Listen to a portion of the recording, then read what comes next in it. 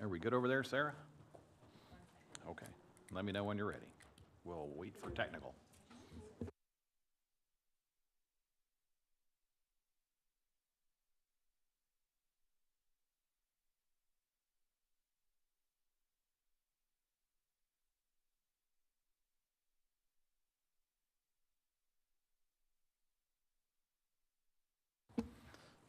Alrighty, I think we got everybody in place and everything's working the way we want. I'm going to call this meeting to order. Please stand for a flag salute. I pledge allegiance to the flag of the United States of America and to the republic for which it stands, one nation, under God, indivisible, with liberty and justice for all. The Assembly of the City and Borough of Sitka would like to respectfully acknowledge the traditional first people of Sitka. With gratitude, we proceed on Tlingit Ani. Sarah, roll call, please. Mr. Pike? Here. Ms. Carlson? Here. Mr. Yestad? Here. Mr. Christensen? Here. Mr. Mosier? Here. And Mr. Celine? Here. Mayor Eisenbeis is absent this evening. Thank you. Are there any correspondence or agenda changes this evening? Seeing none, we'll move on to special reports. Today's special report is in the packet, and we're keeping that as a placeholder. And please go ahead and take a look at that report. I believe she's traveling. We are now at persons to be heard for public participation on any item off the agenda, not to exceed 3 minutes per individual. Is there any public comment for items off the agenda?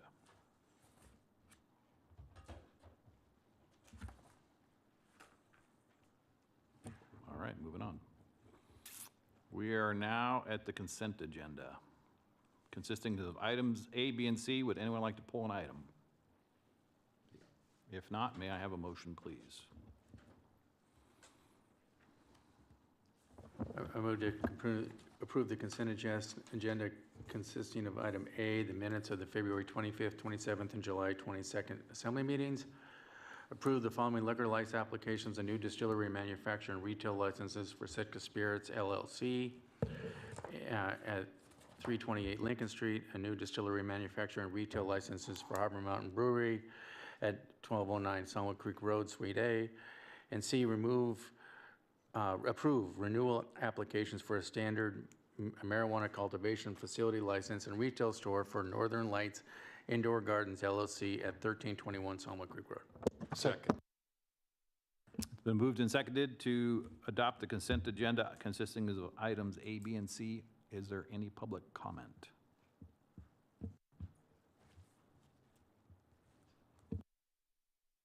Come on up. Please state your name for the record.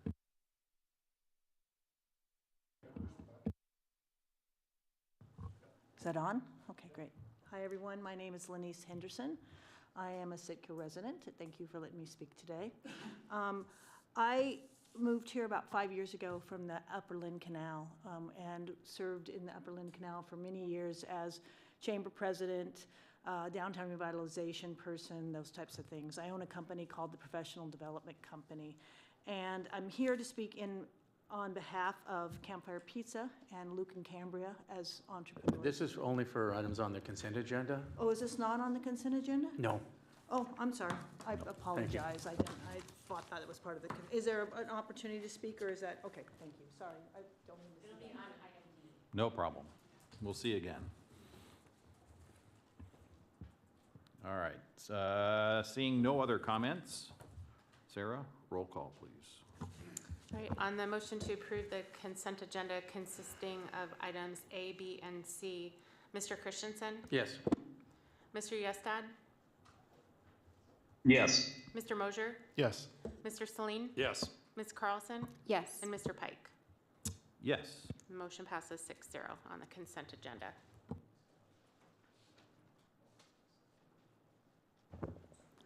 All Okay, moving right along, we are at item D. I move to approve Resolution 2025-11 on first and final reading, petitioning the Alaska State Alcoholic Beverage Control Board to issue up to 6 additional restaurant and/or eating place licenses under Alaska Statute 04.11.405. Second. It's been moved and seconded. We're going to have an introduction from the assembly members who bring this forward, and then we'll go to public comment. All right, so this started as, I mean, I'm sure we all saw the emails we got from the folks doing the pizza and the movie theater. That's where this started. They petitioned us, asking us to do this. Honestly, it didn't seem like that big of a deal and that much involved of a process. And it was just an attempt to respond to constituents. And as Sarah will attest, and Amy, that it turned into a much bigger deal than we ever thought it was going to be. They spent a huge amount of time on this. Initially, the thought process was 4 additional licenses. But when we took it to the Tourism Commission for its first hearing out in the public, the response was so overwhelming, they wanted to do a dozen. And I felt pretty uncomfortable. Actually, I felt pretty uncomfortable going to 6. I thought 4 was an okay number, maybe even less, because from what I understand, it's not unusual for the ABC board to cut it even more. But I felt that we were putting the whole thing at risk by trying to go too big with 6. Apparently, I'm right. I was right. There's been a fair number of comments about this. So, like I said, I purely saw this as a way to try and help out some of our local businesses. Especially the Campfire Pizza, which honestly is such a unique thing to serve beer at the movie theater that I don't think that they're competing with too many other places. But I guess my initial thoughts on this were very similar to the first letter from the chamber. It's a way to encourage business. Like I say,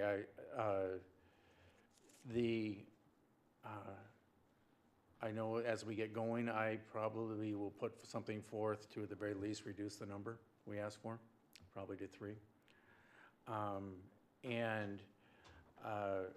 think we do need to understand that if we decide to push this off for a while, we're pushing it off for at least a year because of or 6, whenever the next ABC board meeting. We wouldn't make the next meeting of the ABC board. Yeah, at least. And so we are not reinventing the wheel at all. I know that through the research, and I suspect we'll probably have Amy up talking about some of that research, that Juneau's done this recently. Haynes as well. And I believe we modeled our letter and resolution after Juneau's because the ABC board liked the homework they did. That's why we had the meetings about it. That's why we, like I say, I thought this was going to be just a quick help out a constituent, and it wasn't. So I don't know if anybody has any questions about anything, or Chris wants to throw anything in, but that's where this came from. Thank you. Chris? I think Tor really kind of hit on all the points I was going to bring up. So, I think that's kind of where it all started and stemmed from. And, I think both of us were just trying to help out some new businesses and be business friendly. So that was the whole plan here. And I still think it is. But yeah, I'll wait till discussion to get into it further. Thank you. We are now at public comment on this item. If anyone has any public comment, please come forward and state your name for the record. And your 3 minutes will begin.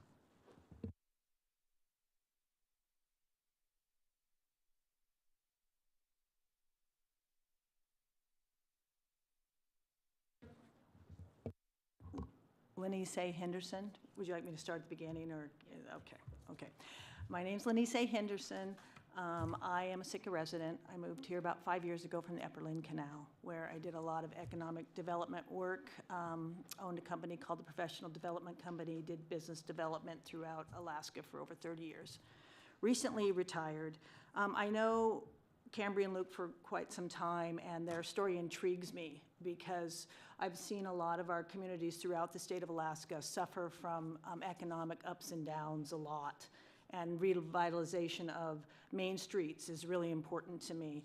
And when I see what's happening with Campfire Pizza, to me it kind of is a story of exactly what we're looking for in young entrepreneurs.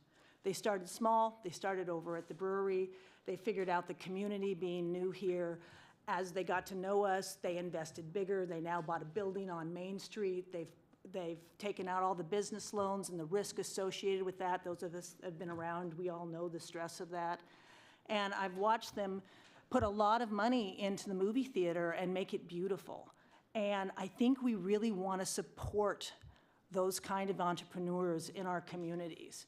And it seems to me like the beer and wine license things is the next logical step. And I think that, you know, with our 600,000 cruise ship passengers that come here in the summer, with our very, very vibrant economic businesses that are happening here, there's more than enough room for more beer and wine licenses in our economy. And I think we have to be really careful and make sure that we're really encouraging the next generation to put their foot forward and create these kind of new businesses and not do anything to obstruct those. I think the customers want beer and wine with their meals. It's just a go-to. Every single tourism place that you go has a lot of that going on. It's pretty much par for the course. And so I want to stand today in favor, as everyone has that spoke earlier, in economic development. And this seems like a really logical step forward for that. Don't really know, you know, I know it's a lot of work to work with the ABC board. I know there's a lot of delays, and I agree that approving it now is important because we can't wait a year. That's a long time for someone to wait to get their business up and going. So I think whatever effort it might take, it's worth it, because this could be the root wad to something really big for the next generation in our community. So thank you very much.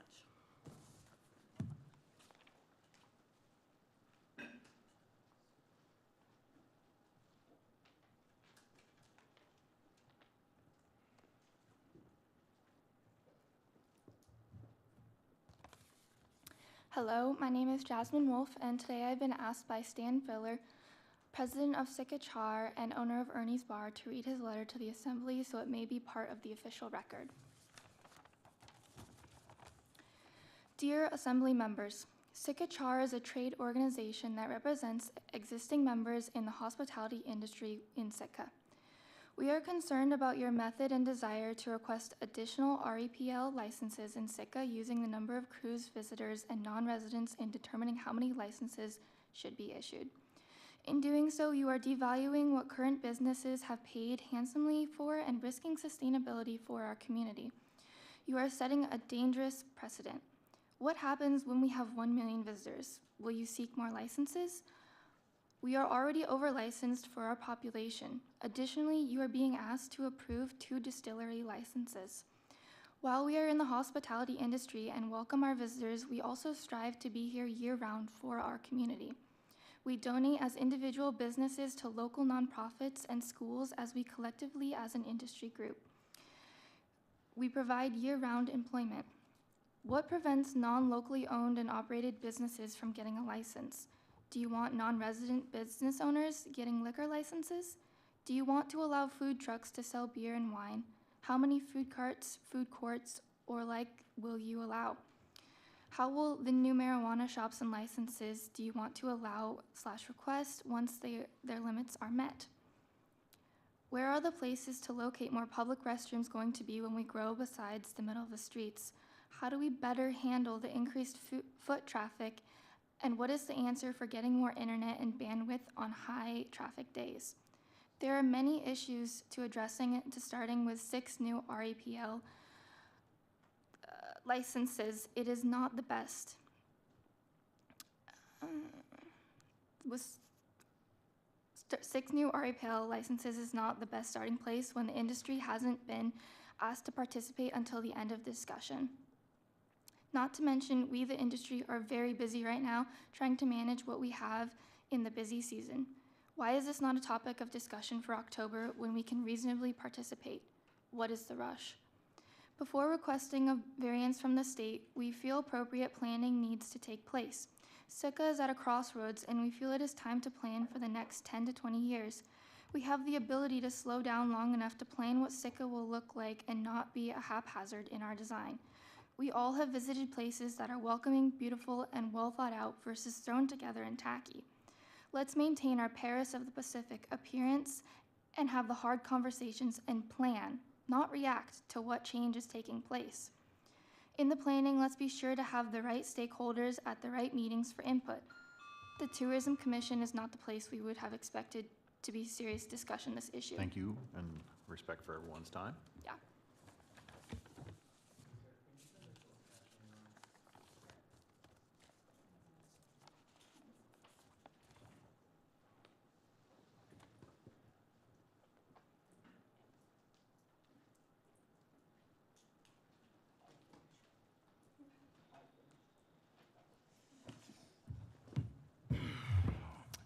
Hello, my name is Christian Litton, and my wife Grace Ivers and I own and operate Wildflower Cafe and Bakery. I'm here to encourage you to vote in favor of this resolution. Our business is one that would benefit greatly from the inclusion of more restaurant or eating place licenses, and we are one of the businesses that plans to apply for one when and if this resolution passes. Our cafe operates year-round, employs locally, and is an ever-growing part of the small business community here in Sitka. Adding beer and wine to our menu would give us more opportunity in our establishment and allow us to really grow as a small business. We could hire more people, offer more products, and work with other local businesses like Harbor Mountain Brewing Company to provide locals and visitors with a high-quality dining experience that people have come to expect at our establishment. I really see no negatives to this resolution. I understand that some businesses with existing liquor licenses feel that this might somehow lower the value of their existing license, but I really don't see that happening. Not only are we not in competition with most establishments that have existing liquor licenses, we mainly operate in the morning and early afternoon, but the last 2 summers especially have proven that there are plenty of customers for all of us.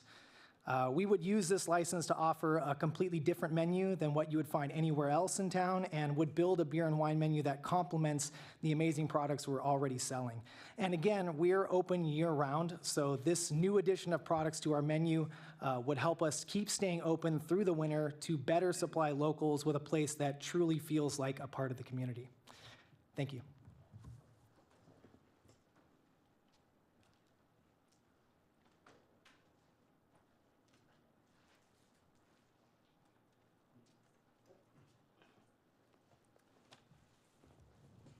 Is that on already? Hello, my name is Cambria, and for the past 5 years, I have co-owned Campfire Kitchen with Luke. We are a year-round wood-fire pizza restaurant here in Sitka, and we recently made the crazy purchase of the historic Coliseum Theater with the vision of hoping to add a warm and welcoming downtown restaurant space for families, locals, and visitors.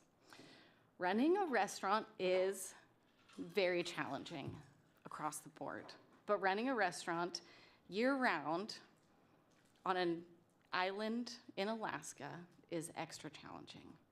Beer and wine sales are a crucial part of making operations more sustainable, and right now there are no more REPLs. Allowing more licenses would give food-focused business like ours the ability to offer locally brewed beer and a curated wine program alongside our menus. It would enhance the dining experience, create new jobs, keep employees throughout the winter, and ensure more visitor spending stays local. I'm here to voice my support for this change. Adding more REPLs will strengthen our small businesses, grow Sitka's growing food scene, and help keep our downtown vibrant in every season. I also would like to add that this REPL, you cannot get this license if you are a food truck. You have to have a restaurant eating place establishment. So what we heard earlier, food trucks aren't going to be selling beer and wine. I think it would truly just benefit Sitka and encourage more entrepreneurs to spearhead things and sustain throughout the year. So thank you for considering this.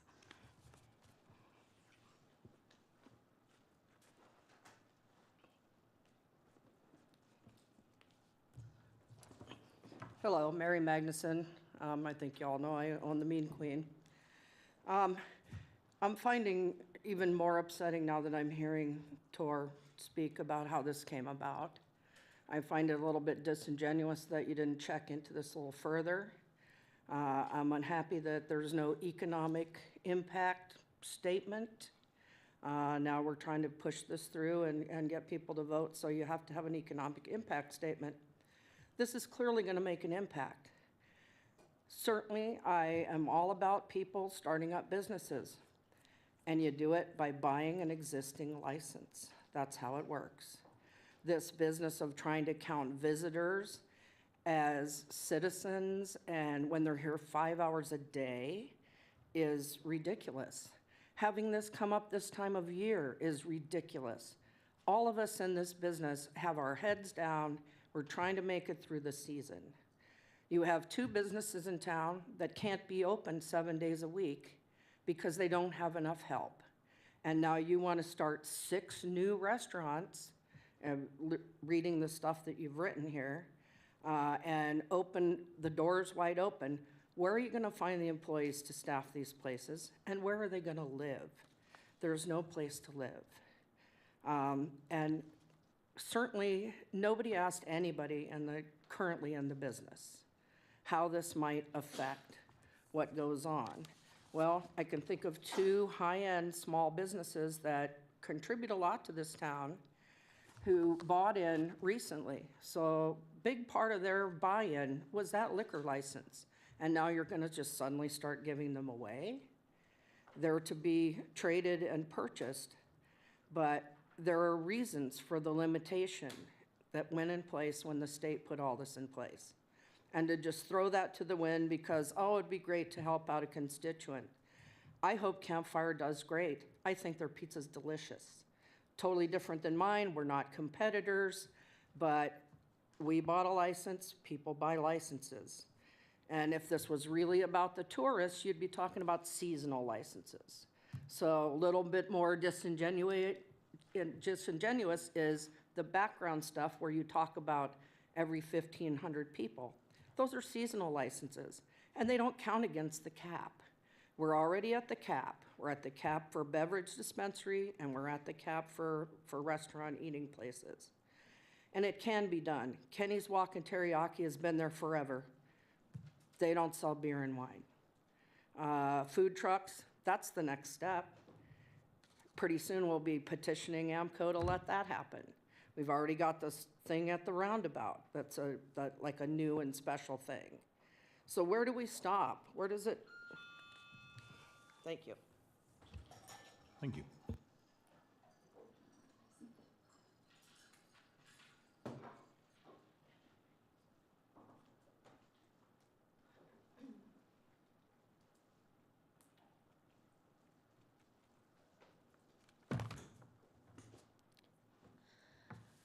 Good evening. My name is Patricia McPike. I am a business owner. I also am a citizen and resident of Sitka, and I am the member in charge of gaming at Sitka Char. You heard Stan's letter, so I'll try not to repeat that. But from a different perspective, I will try to relate to one of the sponsors. As in fishing, there have to be limits. Not everyone gets a permit if one isn't available. When gears are really good and harvests are high, in the fishing industry, prices can go down. And I feel like we're looking at something similar here. There are some quality year-round businesses that I see would like to pursue a license. Again, the problem being you're enlisting 650 tourists into the equation. When I looked at the letter, I think part of my shock and dismay has to do with the fact that the letter to the AMCO board was already created and dated for today. That's a new one on me. I thought we'd have a little bit more public process. I think that I was startled to find a couple of things. There was no comparison to Ketchikan or Petersburg, in which is more like our population size. There was no mention of Mount Edgecombe students or all the many hundreds of students that visit us for activities during the year. There's changes and with the new regulations which would limit where and what students can eat as far as adding new restaurants when they come to visit. Children under the age of 16 are not allowed to go into an establishment without an adult. 16 through 18 have to eat. They'd be forced to eat at an establishment that has an RPL, even if there were other activities offered. Underneath the public interest, the Tourism Commission is referenced as stating there's a need for new license. However, one needs to clarify again, the need seems to not be year-round necessarily, but seasonal based on the numbers given by the commission recommendations. At what point is there a conflict for the interest of members on the commission who don't currently have a license that would like to get one, because that was pushed through as well. The reasoning that a restaurant can't survive without a liquor license is false. They may have to have a different model, but that their survival depend on it is not accurate. Additionally, there's an assumption being made that license holders should be following the Tourism Commission for impending changes that affect their livelihoods for issues outside tourism and not the Assembly. I don't know of a license holder that received these meeting minutes that are referred to in this letter and document to go to AMCO and the request to the 6 new RPLs. Therefore, no one was there to testify at that commission meeting, not from lack of interest, but from lack of being informed. How was the information transmitted to the stakeholders? Additionally, the chamber submitted a letter in support of 6 new RPLs, and they were not contacted. It's a busy season. It's not the time to talk about it. Thank you.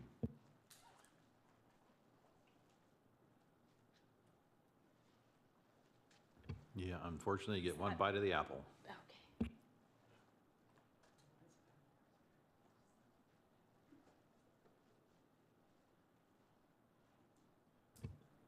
Any further public comment?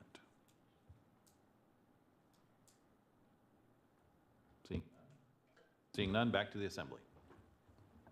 If I could just do a couple of clarifications, not really talking about things.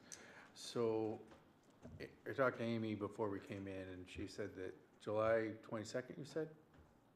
Yeah, it was emailed everybody to all of the license holders to the email that they gave the board, the alcohol board. So that's how it was put out. And then if again, Amy put a lot of work into it, that I think the seasonal workers were a bigger part of the formula for figuring out more people, not necessarily the tourists themselves, but the workers are not just the tourists, but also the workers who are here, for the summer is also used, and seafood workers and fishermen and things, that basically making the argument that our official population is quite a bit larger in the summer.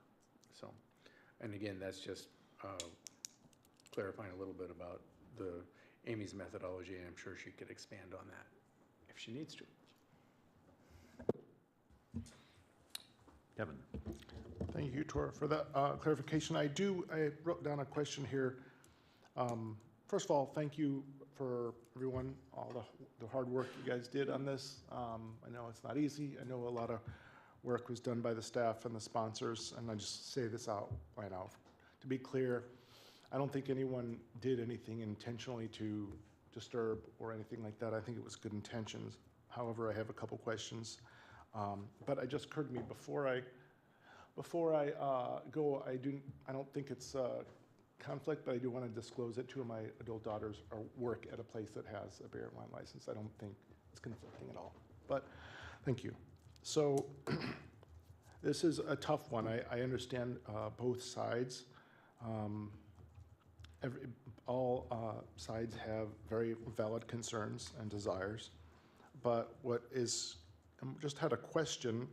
So I've had a couple restaurant, or establishments tell me that they were not contacted, but then the staff saying they're contacted.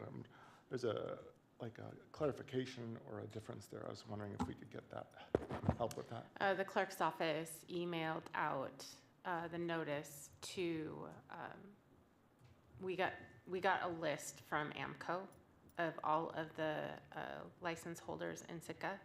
And so our office emailed the list to those individuals. Okay. And then I also knew that Char would be interested, so I included those, or that email address on the group as well.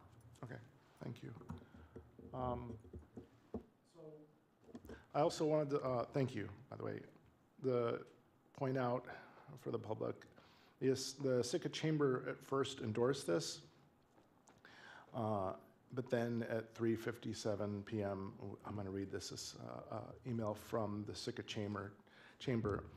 After further conversations with our membership, we encourage the Assembly to hold off on moving this item forward and in order to engage with the business community and understand the effect a change like this could have. This is a complex issue and should be looked at further before moving on to the state board. I'm still undecided, but I'm just wondering if perhaps, because there's some concern by some business owners that we perhaps postpone this and have more of a thorough outreach with the current, all businesses who are interested in this, whether they're license holders or not. That's just a suggestion I'm throwing out there.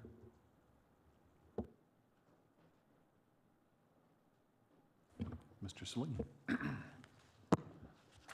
What this is called is reallocation of a harvestable biomass. And when I was at the tourism meeting and I first heard about it, my hairs stood up on the back of my neck at 4. And I thought, and I even spoke, God, the town needs a bunch more than that. And then focusing in on all this, I can't think of a better analogy than starting more charter boats and then take another 3% of Chinook salmon from power troll permits, and then maybe let's take some halibut from the halibut quota during the global collapse of seafood, and think of how many more charter boats we could have, and the entrepreneurial spirit that would be fulfilled by those guys getting to go taxi cab people out for their harvest level. This is a bum rush, and in the summer, it could be well-intentioned, but this is really a bad deal for equity, and I'm voting no.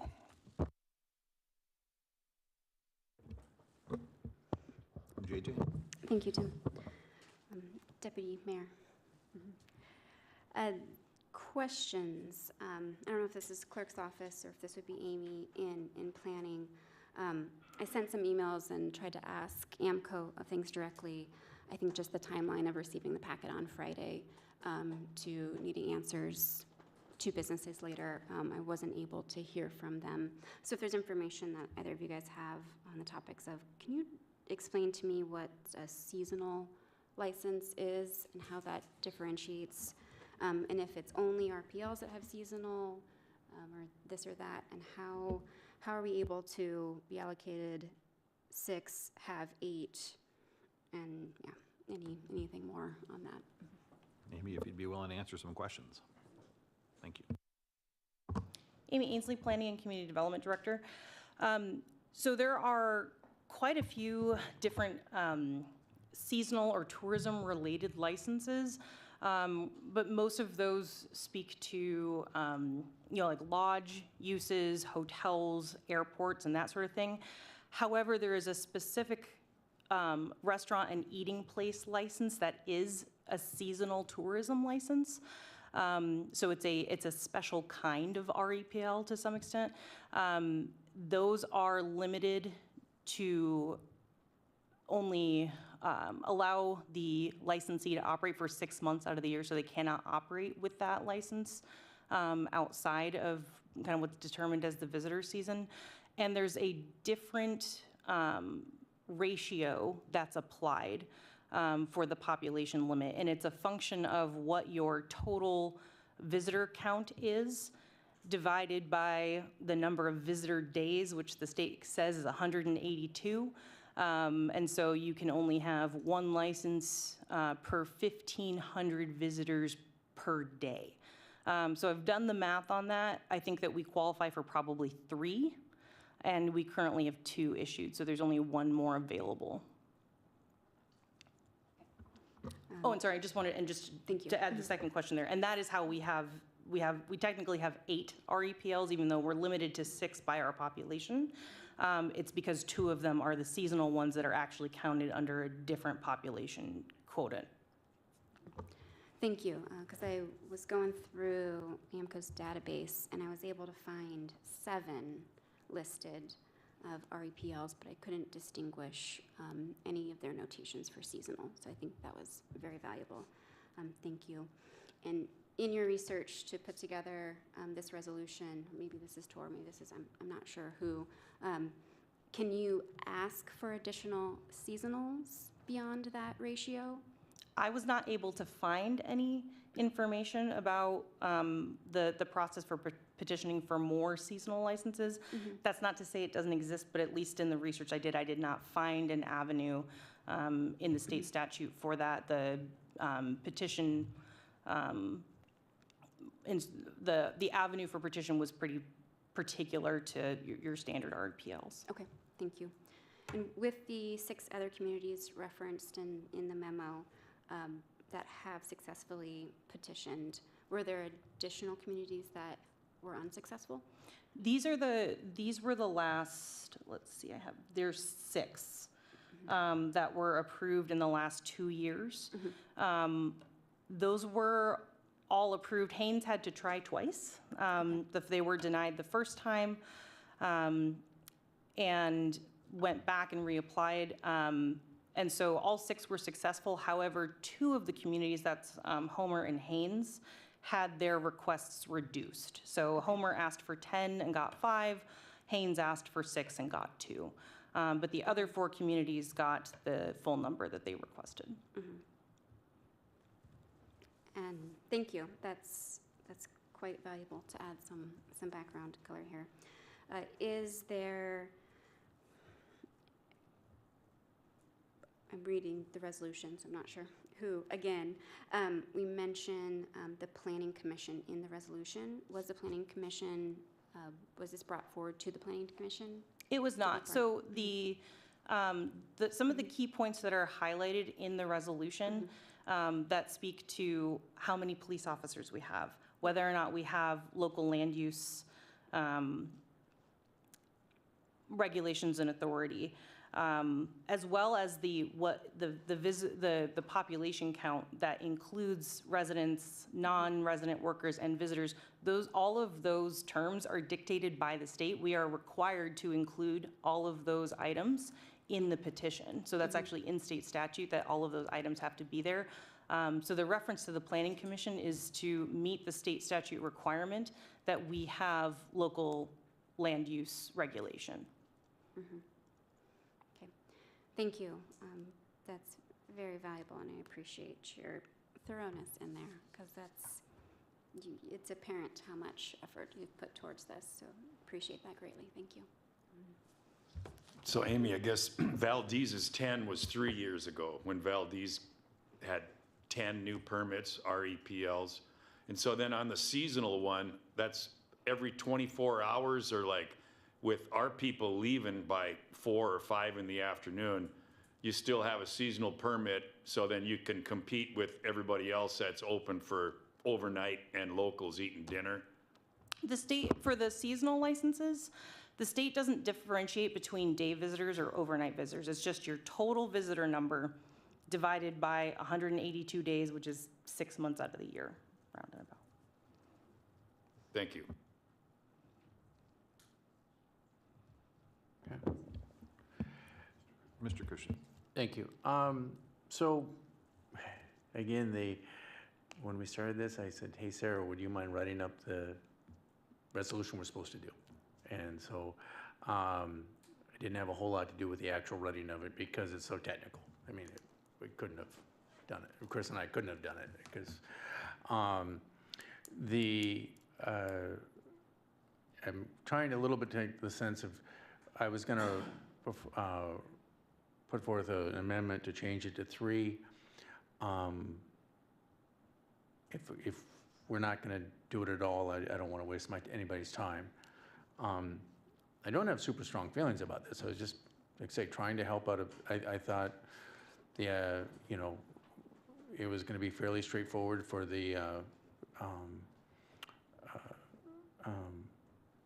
pizza place at the movie theater. And, you know, but then what basically starts to happen is it's so much work, don't want to go through this multiple times. If we're going to do it, go ahead and do a few so that we aren't here every year trying to do this or on a regular basis. That was the logic there, why we didn't just do one. Yeah, so I guess I'll put it forth and see if it dies for lack of a second, but I move to reduce the number requested to 3. Second. Okay. Okay, it's been moved and seconded to reduce the number of requested licenses to 3. Is there any public comment on the amendment? Please come forward and state your name.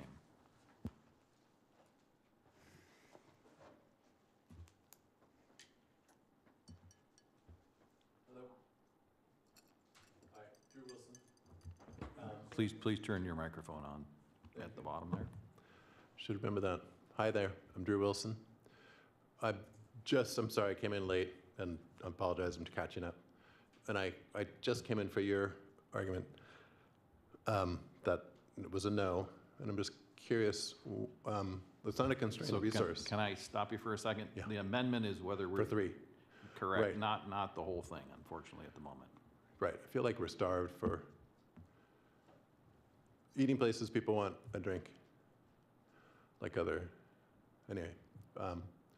And so there's more eating places that want to open up in the summer. So I think there's a lot of demand from what I've seen. I run the food trucks behind the old Columbia Bar. And so I know there's a lot of people who would like more restaurants with a drink, that's all. Thank you.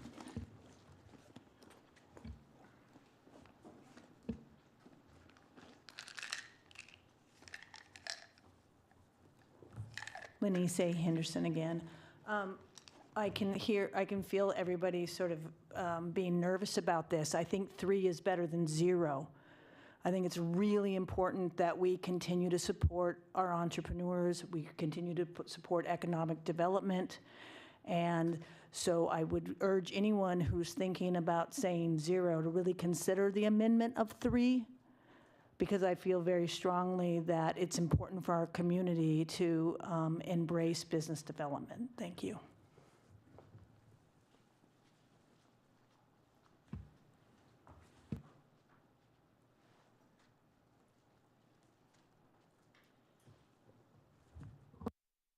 Back on. Hello, it's Cambria again. Again, I would like to say 3 is better than none.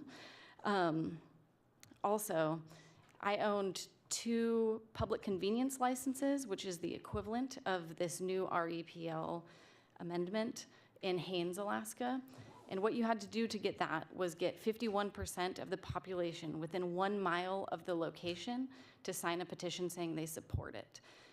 So if things hadn't changed and we could still get a public convenience license, I can guarantee you that people like ourselves at the movie theater, most likely, I'm not going to speak for other people, but there are other people in town that would probably get the 51% of the population within 1 mile of their location to sign off. So 6 might sound like a lot to people that have any type of liquor license, but it wouldn't have been a thing if public convenience licenses were still in place.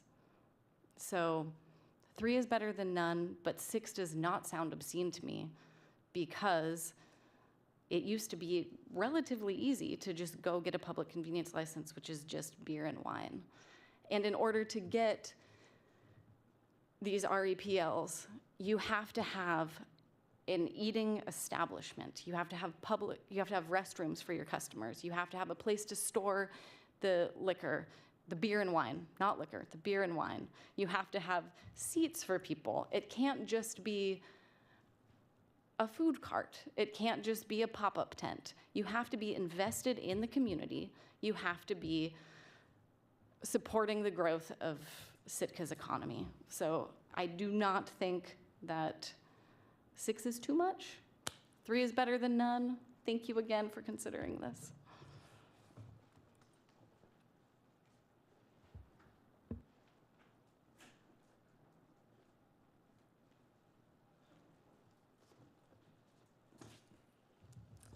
Mary Magnuson again. I'd just like to reiterate, it doesn't matter if it's 10, it doesn't matter if it's 2. There's still an economic impact which is being ignored. And the people that have recently bought into these small businesses are just as entrepreneurial as anybody else that is currently trying to get started. This assembly, not this assembly, but for 25 years, I've been hearing about level playing fields coming from this table. This is not level. Level is participating in getting into business the same way that everybody else who's already here has. I would not object to seasonal. Seasonal licenses are a different thing. But this is taking away the protection that people that already have big debt service in town and have been feeding people for anywhere from 10 to 20 years to suddenly say, oh, well, it was great that you had to buy in that way, but we're changing it all now. So 3 is just the same as any. And I feel bad if somebody has overinvested thinking that this was going to happen because somebody on the assembly thought it would be nice to help out a constituent. We're all your constituents. And I think all of our businesses deserve consideration. Thank you.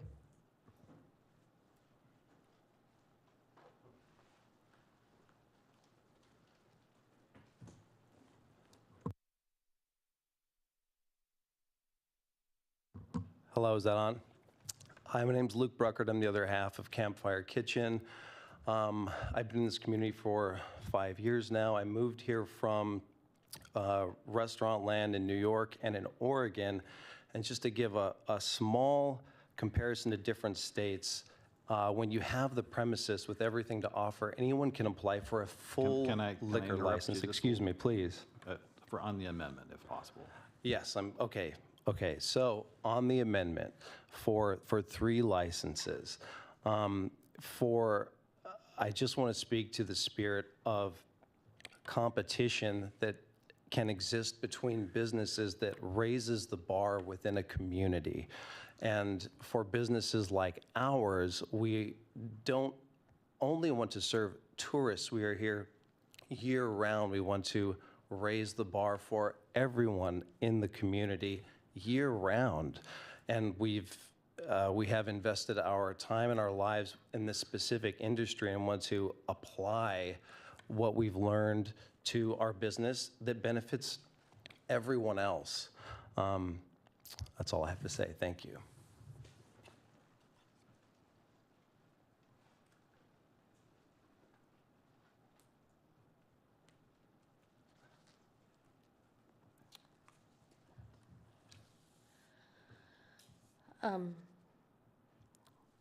A thought without a vision is not a well-laid plan.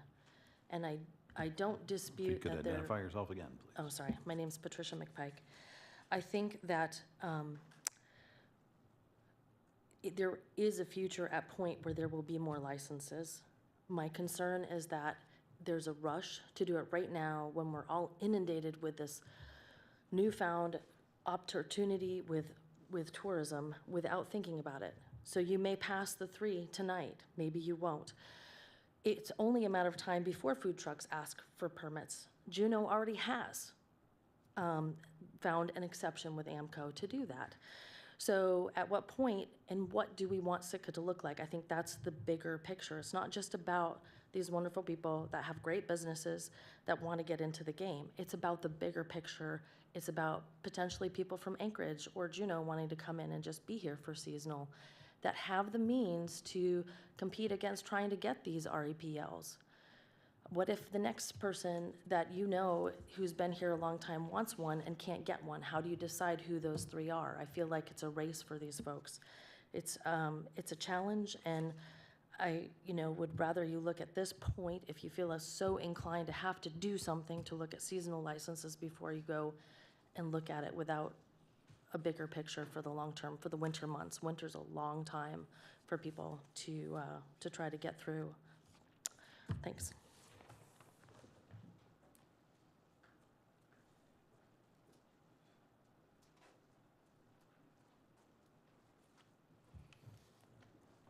How do you do?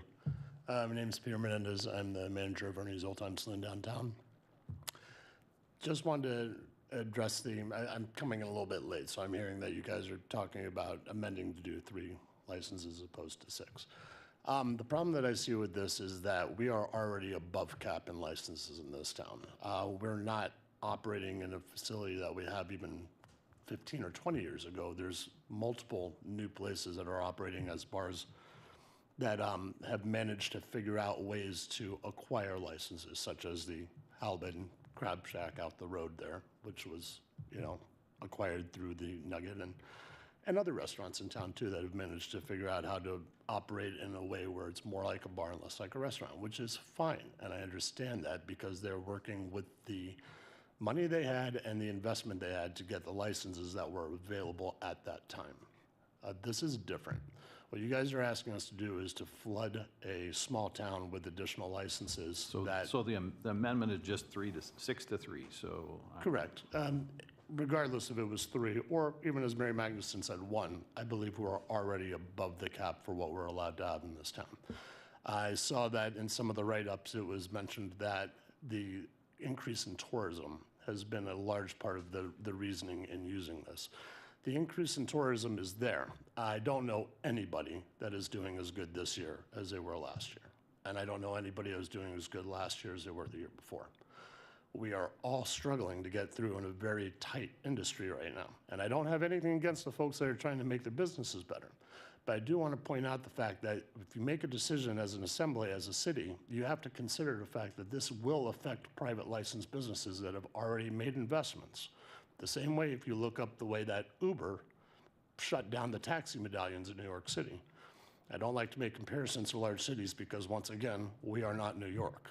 New York has the ability to bring people in year-round because there's millions of people that live just on that one island. We don't have that. We have about 4 hours a day, about 5 months out of the year. That's all I have.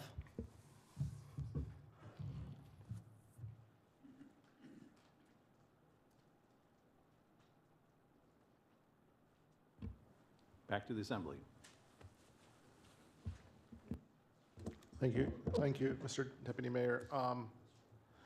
Well, I'm going to vote yes on this just because if I don't, and it goes back to 6, I don't want to end up getting 6 instead of 3. So I'm going to vote yes on this, but then after this, I'm thinking about doing an amendment to postpone this until the fall to do so they can do a little more research. But I am going to vote yes on this. Thank you.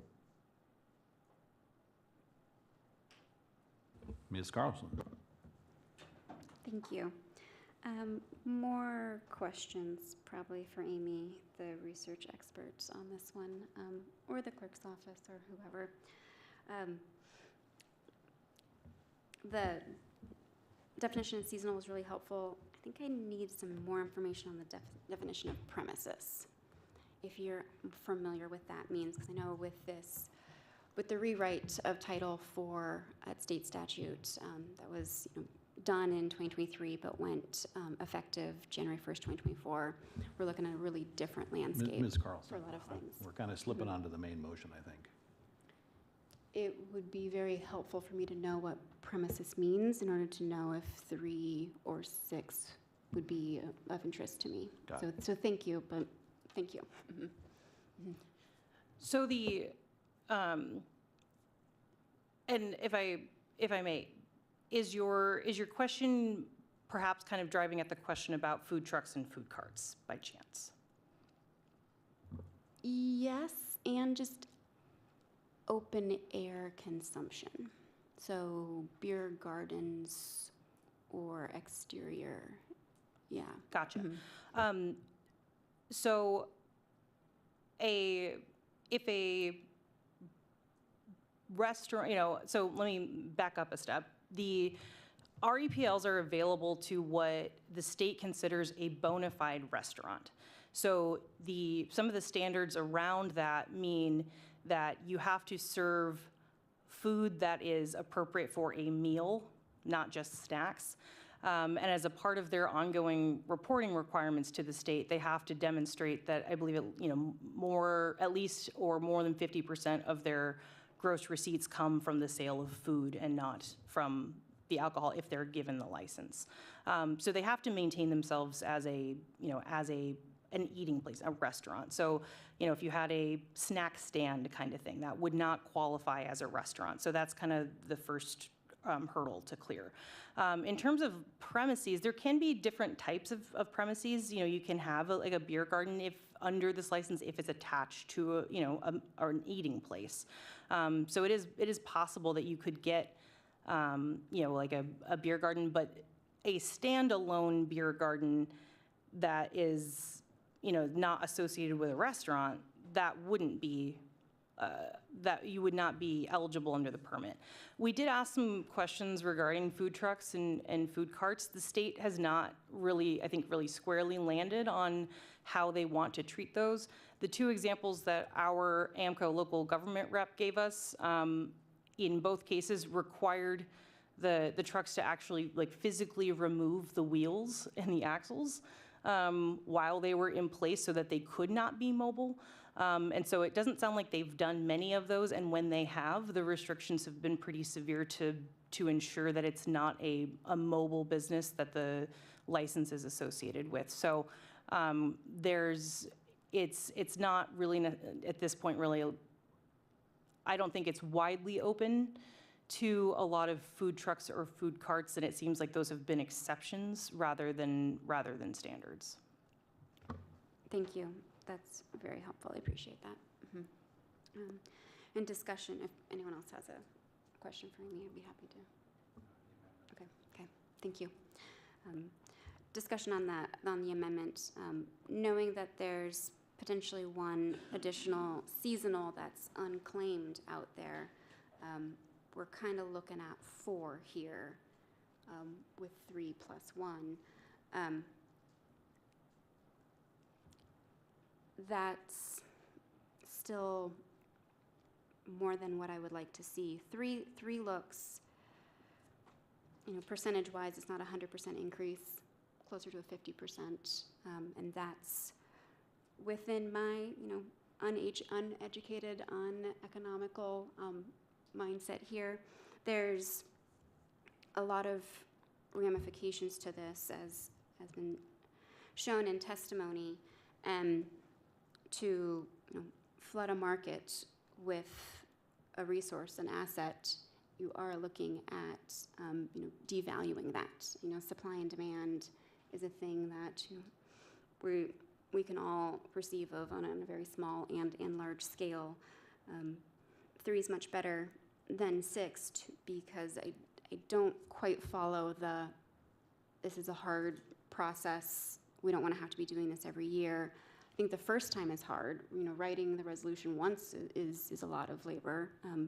Amy doesn't need to do that research ever again unless the state changes their statute again. So I think we could do this over the course of 5 years if we don't see economic challenges within our local community. I'd be more interested in 2 over, every other year for however long, but that takes a lot of assembly buy-in to make sure that there's people interested in carrying that out over a term. But a big change in something that has been steady for so long, just has unintended outcomes, and we're hoping we see the potential intended outcome, but the unintended outcomes are equally, if not more valuable to discuss at a table like this. So I'm not sure where the discussion is. I would vote for 3 in this amendment to bring out that more robust discussion when we get back to the main motion. Amy, for the movie house to sell beer, how's that going to shake for kids going in there? People were emailing me that if the movie house shows beers, that kids coming from Edgecombe got to have an adult with them to go see the movie. I will give you my 80% confidence answer. So just want to caveat that the specifics of that kind of setting, I've not done the research on, but there are some establishments that you can designate a secured area where alcohol cannot leave that area, and then have other unsecured areas. And so if there are questions about a particular business's setup, the assembly might see fit to maybe ask to call that business owner back up to ask that question, because I'm sure they've probably done that research for their particular establishment. But I think there are some potential workable solutions in terms of designating secured areas within a bigger facility, such that you wouldn't have to limit age entry altogether. But Scotty, I can kind of answer that, I think. First of all, I believe that when the actual petition goes in, and I know we're going to, that we would actually get a chance to comment on each actual petition, not just in general, because right now this isn't any particular one. But also, from what I understand, they would have a separate area where alcohol is not served, where kids are allowed to be in. That's what I understand. If I may, respectfully, very respectfully, I think we're a little out of order on this, because we're not voting on a particular applicant. We're voting on whether we're going to ask for more licenses. Sorry about that. Well, and we need to get the amendment done with here, and the amendment was pretty straightforward. Is it a 3 or 6? And my answer to that is I have no idea, because I don't actually know how many businesses there are that want this, and I don't know necessarily what the impact all this would end up being. And so the answer to the question of whether it's 3 or 6 for me is, at this point, does it really make any difference? Because I'm glad that Kevin is bringing forward a postponement, because the answer to whether or not I could answer how many businesses want this, or what this would do, or how this would help, I just don't have that answer. And I thank Amy for all the work she's done on this, but I think there's a bigger question that probably needs to be asked in the community. And while I've been a kind of a critic of pushing these things down and pushing them out and then bringing them back, I think in this circumstance, because of the potential impacts to it, I can't answer that. So will I vote for 3? Sure, because I think in the end we're going to end up voting for a different number, one that fits better for where we're headed, and I think that's so that's where I'm at today. I'll vote for yes on this amendment. Is there further comment on the amendment? I think I saw Chris's hand at one point. I did too, but he seems distracted at the moment. Slightly busy. Chris, you have the floor if you like it. I'll save my comments for the main motion. Thank you. 10 minutes off and at a board at the time. But I can vote those. So. Sarah. All right, the amendment on the floor is to reduce the number of requested licenses to 3. And the resolution would be amended on lines 740 and 49. Mr. Christensen? Yes. Ms. Carlson? Yes. Mr. Celine?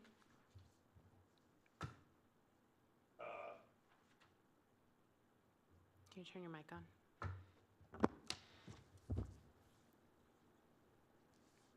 No. Mr. Pike? Yes. Mr. Yestad? Yes. Mr. Mosier? Yes. Okay, the amendment passes 5-1. Okay, we're back on the amended motion, 3 licenses. Okay. Before you go, I just Yeah. wanted to say something real quick. Yeah, yeah. It's only tangentially applicable, but my father was an attorney here in town for many years, most people know. And he arranged for a channel club to get their permit. And I say this is tangential, but, and so back then they had the system where you had to poll the people around it. And he told me at the time that it was 2/3. I don't know if that was there. And so when he got the channel club bear license, all 3 people said that was okay. Because it shows you how long the channel club has been there. I know it's not really relevant, but I know that you're going to put forth to delay this, and that's fine. Mr. Mosier. Thank you. Yeah, because of, I guess my point is, I feel very uneasy about this. There's questions, and the biggest thing is I feel uneasy about the lack of knowledge about the impacts to the community. And although some business owners were reached out to, I don't understand exactly why they have not heard. But the biggest thing is there's just too many unknowns. And I definitely support new businesses and support old businesses. And there's no real easy answer to this tonight. I'm not against possibly doing it at a future date, but right now I just don't know about this. So that being said, I make a motion to postpone this until the fall. Hold on.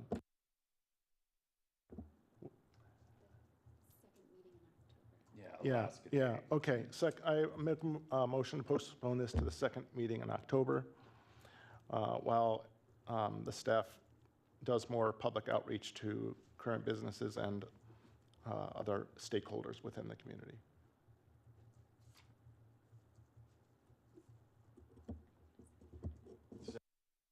Second. It's been moved and seconded to postpone this particular item to the second meeting in October. Is there any public comment?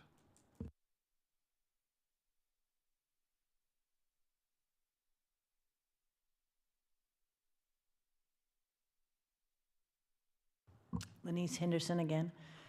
I've been through this process in more than one other community.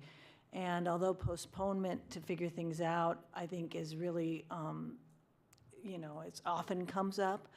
I think that the way that the ABC board moves, it is so far in between the meetings that you create a lot of hardship for the businesses. And it's not that easy for new development to go forward. In every community that I've seen this, the people that have already had their liquor licenses don't want new licenses to go forward. And the people that are trying to create new business development desperately need them in order to make a profit. It's always the same way. And what it comes down to is that the borough has to decide whether they want to move forward and help these new business people be able to survive, because beer and wine is very important to the profitability of the restaurant business, or whether you want to obstruct new businesses from coming forward. And that's really what this is about, is whether or not you're going to support strongly new economic development and help new investments survive. Because it's always the same thing. And I know it seems fast, but 3 licenses seem very reasonable to me. And I would really like the Borough Assembly to just consider thinking about saying yes to these 3 licenses, because when the petitions come forward individually, you can say no. This is just about having the 3 available to perhaps say yes to. They still have to individually petition as a business by itself. So I encourage you to think about that. Thank you.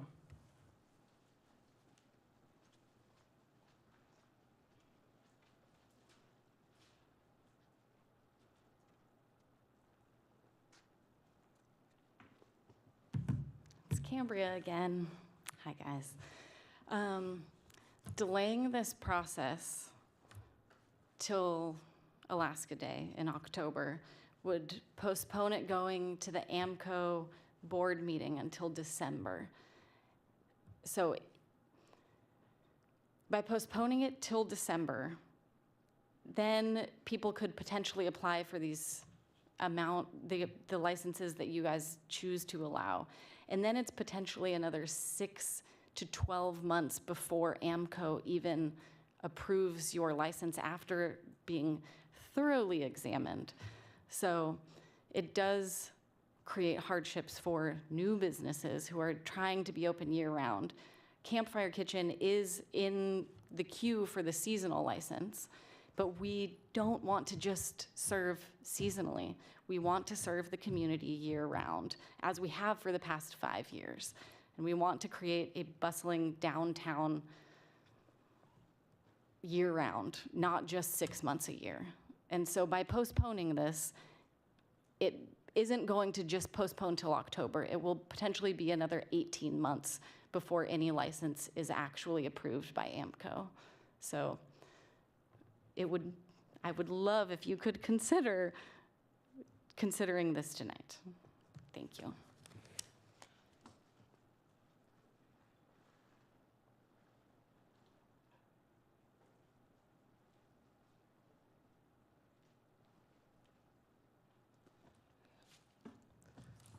Mary Magnuson again. I would like to encourage you to do this postponement. This, as Mr. Celine said, this is a bum's rush.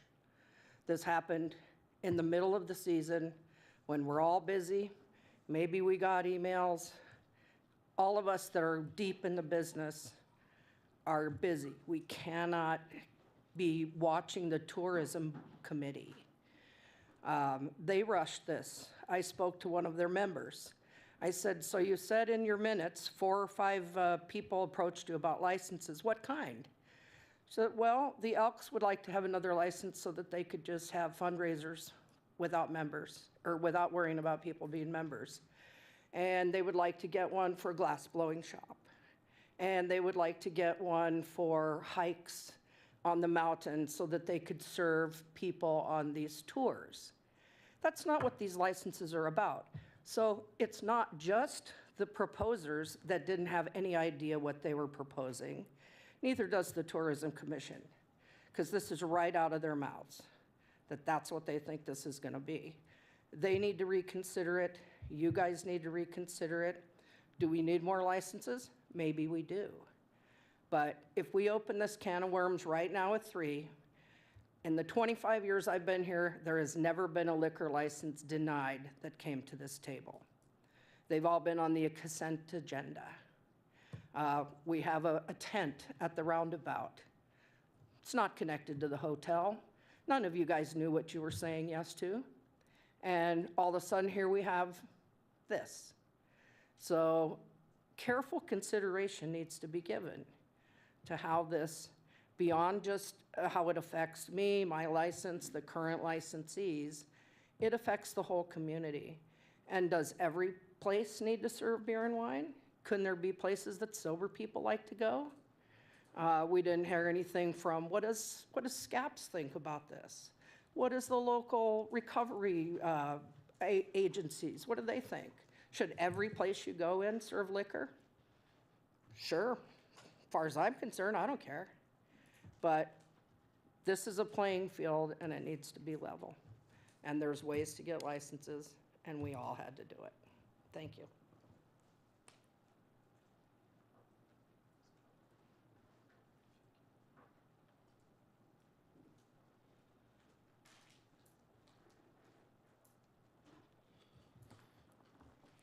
It's Peter Menendez again. Once again, I don't want to besmirch any business for doing what they think they need to do in order to be successful. I applaud what they're doing with their business. I've gotten food from them before. I think they're phenomenal people. It's not really what I feel this is about. This is about adding licenses to a community that has already been capped and already has more licenses than that cap allows for. At the end of the day, we have to ask ourselves, why does that cap exist to begin with? And what kind of decisions are we making by increasing that? I hate to interrupt you again, but the amendment was to postpone. What is your? Postponing, sorry. I would encourage you guys to postpone this until more discussion can be taken and more folks that are in the industry and from the outside industries that also work with alcohol have time to put together a rebuttal. Thank you.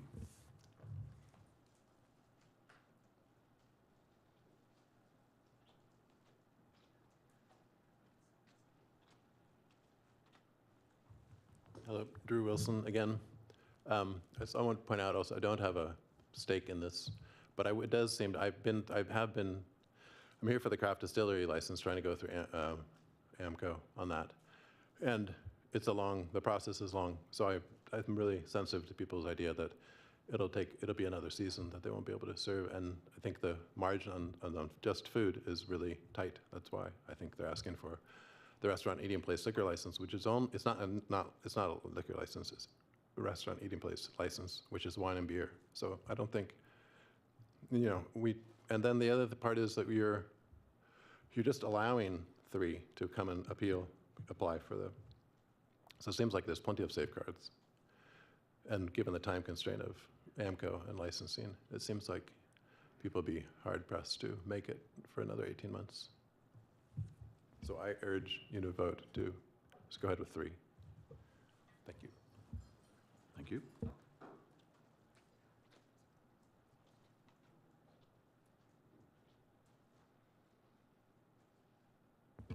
Okay, back to the assembly. Mr. Mosier. Can I? Oh, yeah. Do you mind if I jump in real quick, Andrew? Yeah, no, go ahead. So if we delay until the second meeting in October, I will no longer be serving. So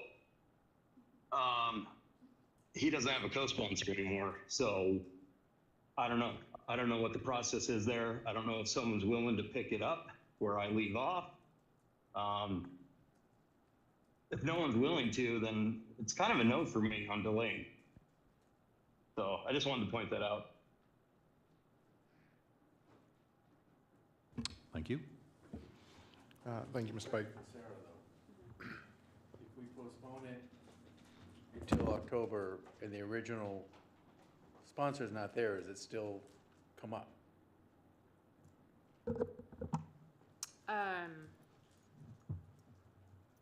I would check with Rachel. Are you on? My gut is that someone else would have to join on as a sponsor. I don't know that off the top of my head, but that's my gut also, that it would need to have 2 active sponsors at the time it's being voted on. Thank you, Rachel. So I think it's not a done deal if we do this. I just want to say thank you for everyone who's come, everyone who's said your opinions. I really appreciate it. It's been a very calm and respectful decorum, as always is the case in Sitka, which makes it great to be here. And no matter what we do in the end, even if this is postponed, there's going to be people who are upset, and I understand that. I'm willing to make a decision later. But right now, because of the inquiries that have been made by longstanding businesses and some thoughts and information here, I would prefer, well, let's put it this way. If this doesn't pass, I'm going to vote no. If it passes, then I'm willing to have an open mind when it comes back in the second week of October. The thing is, we can't undo this. Once it's done, it's done. And we've had this cap for a very, very, very long time. It's a really big thing to increase the numbers. If after more public outreach and stakeholders feel like they've had a chance to really get engaged, then we'll make a decision at that time, and it still won't be easy. I applaud the people who started a new business. That's an amazing thing. It's not something I have a forte for. Some people have that. Go for it. And I applaud you, and I applaud anyone who's doing that. There's also this idea for the current business owners who have invested substantial sums and taken out loans for these licenses that they have. And I do, with all due respect, and I mean that earnestly, I disagree that there's enough to go around. There's a saturation point. And I just don't know if this has been fully fleshed out. And I feel really bad for the staff, because I know you guys have been working hard on that. This is not against you at all. I really appreciate you guys. You guys are doing amazing work amidst all the other things you have to do. But for me, if we say, yeah, you know, if we pass this, if this fails and we actually pass it as it was under 3, we can't undo that. We can't take that away. And as Sarah pointed out, the board meets every 3 months. And so it's going to delay it anyways. So I think a little more time. And then, like I said, if once the community has been felt more heard, then when it comes back, I'll make a decision at that time. So I'm in favor of this. Thank you. Mr. Christensen. Yeah, I actually am not dead set against this idea. I also can count to 4, which is a skill learned on the assembly. You know, we've already went past one board meeting. This has been going on for 6 months. It's not quick. I don't think it's the end of the world to go until December. That said, I still think it's, you know, people say, why do we have the limits and things? Alaska has weird concept about alcohol. It is strange. I mean, I was in Europe last year. Very different concept of what, where, and how it should be. I think Alaska has an almost puritanism going with that, which just seems strange. But that's an aside. Point being is that I don't think it strikes me as the end of the world to delay this. If this has legs, or if it wants to have legs, then finding another person or 2, as the case may be, wouldn't be an issue. I think it'll, to a certain extent, it'll be up to the folks who want to do this to make their case, not just with us. And so I'm not gonna kick and scream and say we shouldn't delay this. That's not, I don't have a problem with that necessarily. All things being equal, I'd probably rather vote on it tonight, but it's not something that is, you know, we need to, you know, you say, I won't be crying in my beer if we do. Mr. Saleen. Well, I guess I'm gonna have to wait, because this is, yeah.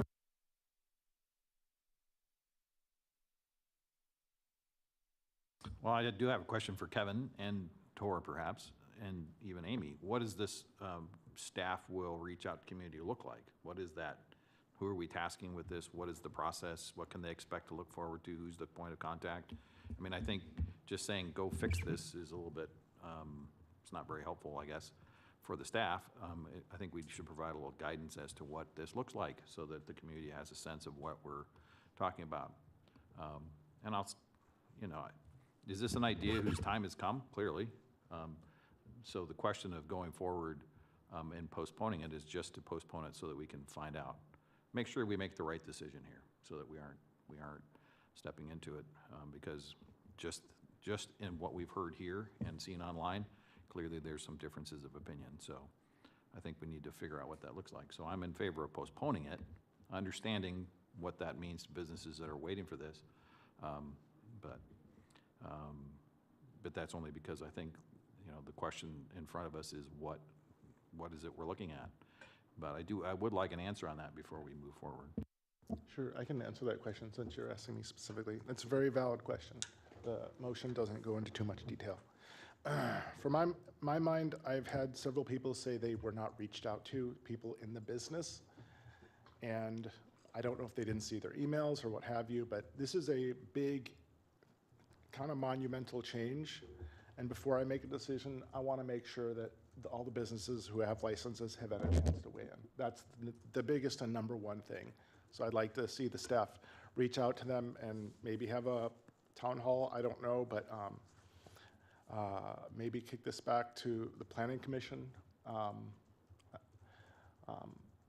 But definitely some more public outreach to stakeholders. And I'll remind everyone that the chamber did reverse their position as well. Sitka Chamber, which represents many businesses in town, has asked us to postpone this. So basically, yeah, I want to know when I'm come back to this table again to do this, that the businesses in question have been heard, and maybe a little research into, well, I was going to say financial implications, but I don't know how you would do that specifically, but something would be helpful. I know that Amy and staff are very good at putting out surveys and kind of finding out some information like that, so a little more research and that, but the biggest thing is I want to make sure that everyone's been heard before we vote on it. Is that what you need, Amy, or is that, I mean, I guess, you know, and then is there a question in there somewhere for like how many businesses are interested in one of these licenses? Should we make them available? Like, are there 10, are there 20, are there 4? I mean, those are kind of those are questions that are key to this conversation, I think, and, you know, how are we setting that structure up? How are we finding that information out? And is it the Planning Commission that we're tasking with this particular thing, or is it tourism again? I don't want to just hand it off to Amy and say, good luck, go forward and figure this out for us. What questions are we needing answered? Yeah. That's a good question. I mean, I guess I would just see it as more of a, you know, a chance for, you know, there's no question now everybody knows, and a chance to weigh in on either side or on anything. Whomever the sponsors are, if this comes back, because this is coming back, maybe not in October, but it's coming back. And maybe not by me or Chris, but I think so I think that this is a chance for, in my mind, for people to weigh in and do a little bit more, I guess, I'm not sure how much research you could do, but I see it as more as a chance for anybody and everybody to weigh in and let it percolate, I guess would be a way of saying it. I don't think as a whole, it'd be pretty much impossible to do market research, but you definitely, I'd say, I think given the paper tomorrow, there's not going to be anybody who cares, who doesn't know about it now. And now that if we pass this, they'll have a few months to think about it. And I think that October, if you're going to delay it, is probably correct, because that gives enough time to get it in for the December meeting. And so it's not like we're going to be rushing then.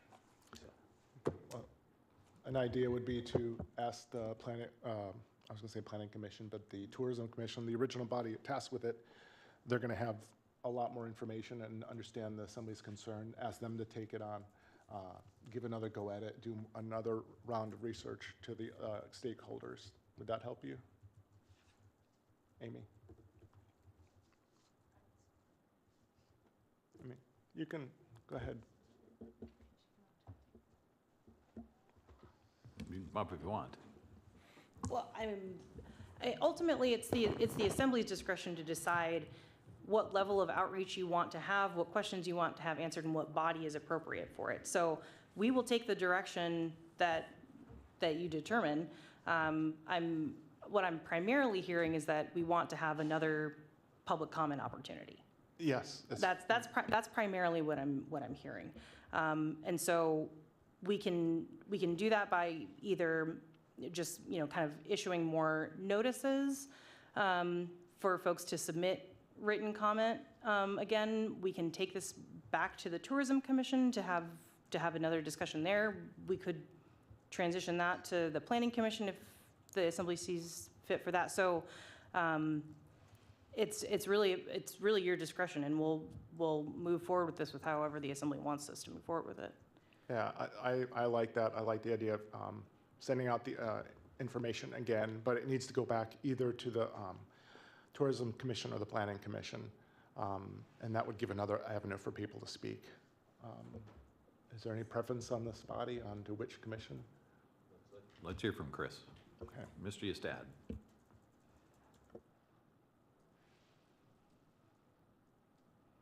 I think you're muted still. Yeah, sorry about that. So I've told you the reason why I vote no for delaying, but I'll tell you the reason actually why I vote yes. And one of the biggest things that's really kind of hit me wrong about this whole thing, adding permits, obviously being a fisherman, I am very well versed in permits and limited entry and market share and devaluation and all that sort of good stuff. But the one thing I don't like is if we add, say, these three permits, all these other businesses have had to pay for these permits, and they've paid quite handsomely for them. These three permits, are they just given out? Are they given by the city or state or however that works? Or will the new business owners have to pay for them as well? Fair market value. That part really bugs me. And I don't want to see these permits just given, because that's an unfair advantage to these new businesses, which is great for them, take advantage. But is there a way that we can make it so these potential three permits are sold at fair market value? And if they are sold, who gets the revenue? Who is selling them? Is it the state? Is it the city? I don't know.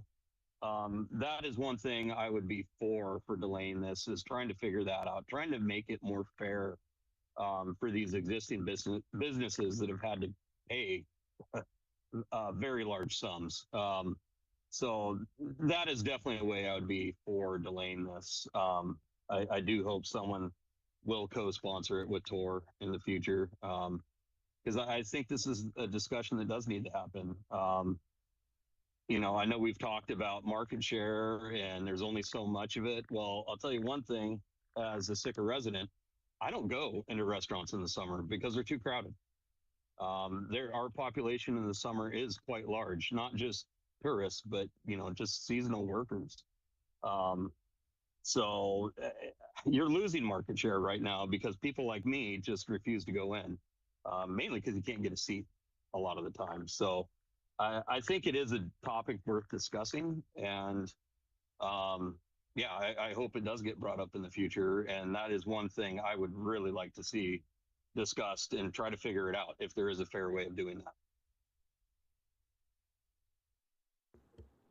Thank you. So, Mr. Motor again. Given that, thank you, by the way. Thank you, Chris, for your comments.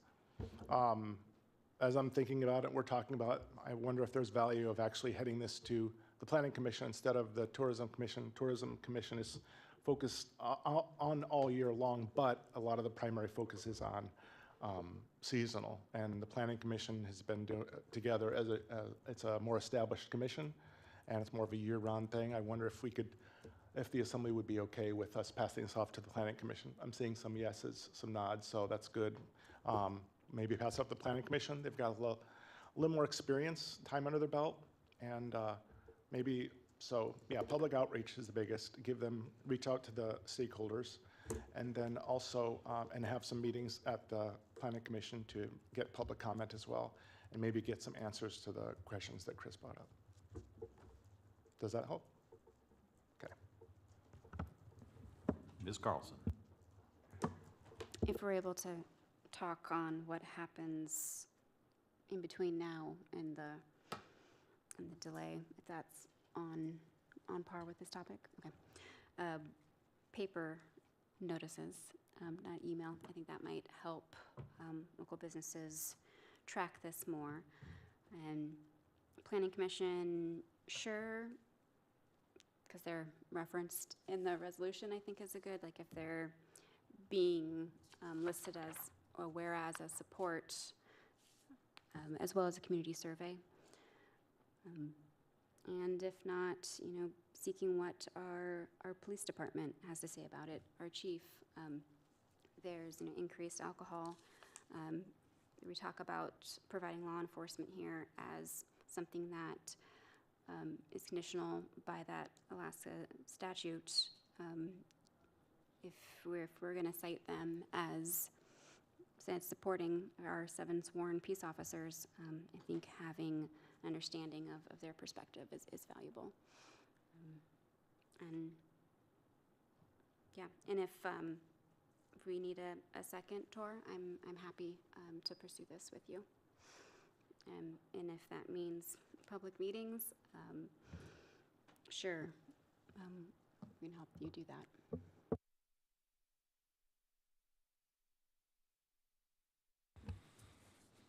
Yeah, I think it's, if, happy to, any more questions for us, Amy? Thank you. I think postponing it makes the most sense at this point in time, like I've said, just because clearly there's some big questions that need to be answered. I would encourage anyone and everyone to watch this process closely, and I think if there's unfortunately one takeaway for everybody, it's, you know, things don't just happen in the winter, right? Like, the assembly keeps moving and we keep doing, and we keep putting things together, and the summer is a busy time for us too, so it wasn't intentional to make it impossible for you to see this. It was one of those things where we want to make sure things keep moving. So I'm in favor of postponing it. Sarah? All right, the motion before you is to postpone the amended resolution to the second meeting in October, which is October 28th. Ms. Carlson? Yes. Mr. Yestad? Yes. Mr. Celine? Yes. Mr. Mosier? Yes. Mr. Pike? Yes. And Mr. Christensen? Yes. The motion passes 6-0. The assembly will stand in recess for a few minutes, and before we take up the next item. Please be seated when you're ready. Thank you.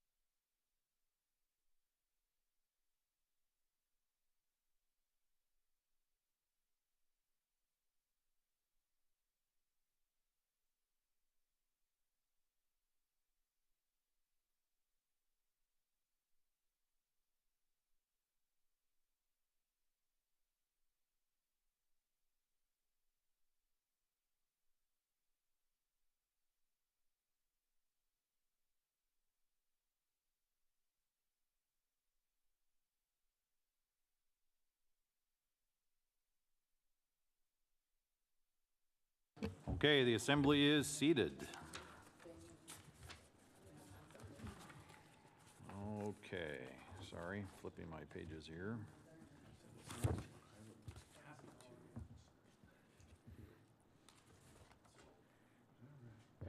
I move to approve the operating agreement between the City and Borough of Sitka and Highmark Marine Fabrication for marine vessel haulout and shipyard operations. Second. Second. Thank you. It's been moved and seconded to approve the operating agreement between the City and Borough of Sitka and Highmark Marine Fabrication for marine vessel haulout and shipyard operations. Gary White, if you'd be so kind as to give us an introduction to this item.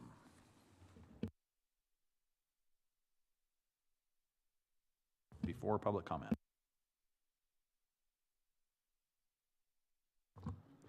Hi, Gary White with the Gary Pax Industrial Park Director. So yeah, this is a long process that we're closing in on here, completing tonight. For years, we've been looking at who's going to operate the haul out and how it's going to be done. And the board of directors and the assembly has gone through a whole bunch of different steps, including releasing a request for qualifications, and then running into an invitation to bid. A lot of that stuff all went through the public process. Coming to a proposal from Highmark Marine last March that showed up to the assembly, and the assembly suggested that they accepted their proposal, but they wanted to, they directed the city administrator to draft an operating agreement and all the other documents that go with it, and there was a comment to see if there would be an ability through this negotiation to lower fees. So we have completed that work for your review tonight. What you're going to find in your packet is the draft operating agreement that outlines the requirements for both groups, the city and borough and Highmark Marine. And it also has in here a number of exhibits. Exhibit A is the scope of services. This defines, what tasks we are asking from Highmark to do, what the responsibilities are for the city and borough, and what type of facilities and equipment that we're providing Highmark. You also see Exhibit B, which is the Marine Vessel Haulout and Shipyard Facility Use Agreement. This is kind of the rules of the road and regulations for people that want to operate in the city's yard. It includes stuff as insurance, best management practices, some liability language to protect the citizens. And this document was created by using other facilities in Southeast Alaska. You're also going to find in there your Exhibit C, which lists the fee schedule for shipyard services. We were successful in getting lower fees from what Highmark originally proposed. You're going to see that across most of the boats sizes that the rates have been dropped $3 a foot. We've also looked at we've negotiated a lower rate for long-term active working in the yard to support our vendors in town. And we also, they're also going to now kick back $2,000 a month to the city and borough of Sitka so the citizens can see an investment, a return on their investment. We have, and here's the Exhibit D, which is the MOA between the state of Alaska about the management of the park. That's a standard document that goes with all leases and agreements at the park. And then finally in your packet is Exhibit E, which is a lease between Highmark and the city and borough of Sitka for the use of the warehouse space. And this is a standard lease that the city and borough uses. So I'll be available for any questions if anybody has. As the administrator's memo states that he recommends and I recommend that this be approved tonight so we can start hauling boats here next month. Thank you. Thank you. We'll call you back up if we have questions. Now's the time for public comment. If you have a comment on this issue, on the city and borough contract with Highmark, now's your moment.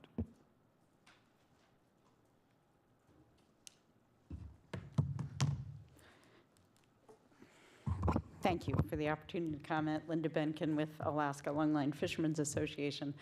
We are still concerned that the interests of Highmark in operating yard in Sitka are different from those of our local fleet. You've heard that from us for a while, and especially are concerned that they were your sole bidder, the only person you allowed to bid to operate this yard. That said, it looks like you're moving ahead. I would express some concern, again, about the fact that this community built a, $10 million yard, and the payment that you're expected to receive from them at this point is $84,000 a year.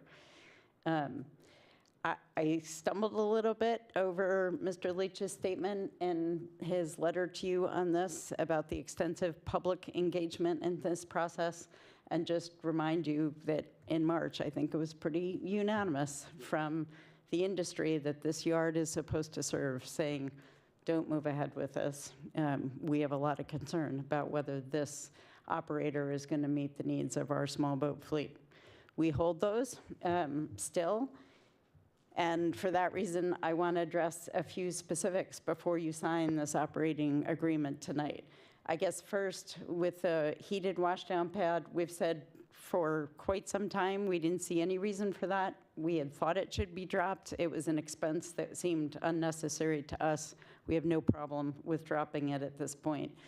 I would say that we have a lot of concern about, it looks to me in the operating agreement like there's this opportunity to just extend this comment or this contract with Highmark without it coming back in front of the assembly and without the opportunity for public comment. I hope I'm wrong on that, but I would really like to see it clarified that there is an opportunity at the end of this 5-year contract, if you move ahead with it, for the users of this yard to come and let you know whether they would like that to be extended. Finally, and to me, one of the biggest sort of gray areas in here, there is phase 2. It's not clear to me whether if you complete that west yard, and that is open, there's a lot of room there for gear storage, boat storage, just generation of revenue for the city. I would expect that if that is open, that would not automatically go to Highmark without any increase in what they're paying to you. But the way the operating agreement reads to me right now, there's no opportunity for anybody else to participate in putting boats on that. You're giving this sole exclusive right to run this hoist, use that area to Highmark. But if you are going to open that, there should be more revenue coming back to the city than what you've negotiated to date. Thank you. Thank you.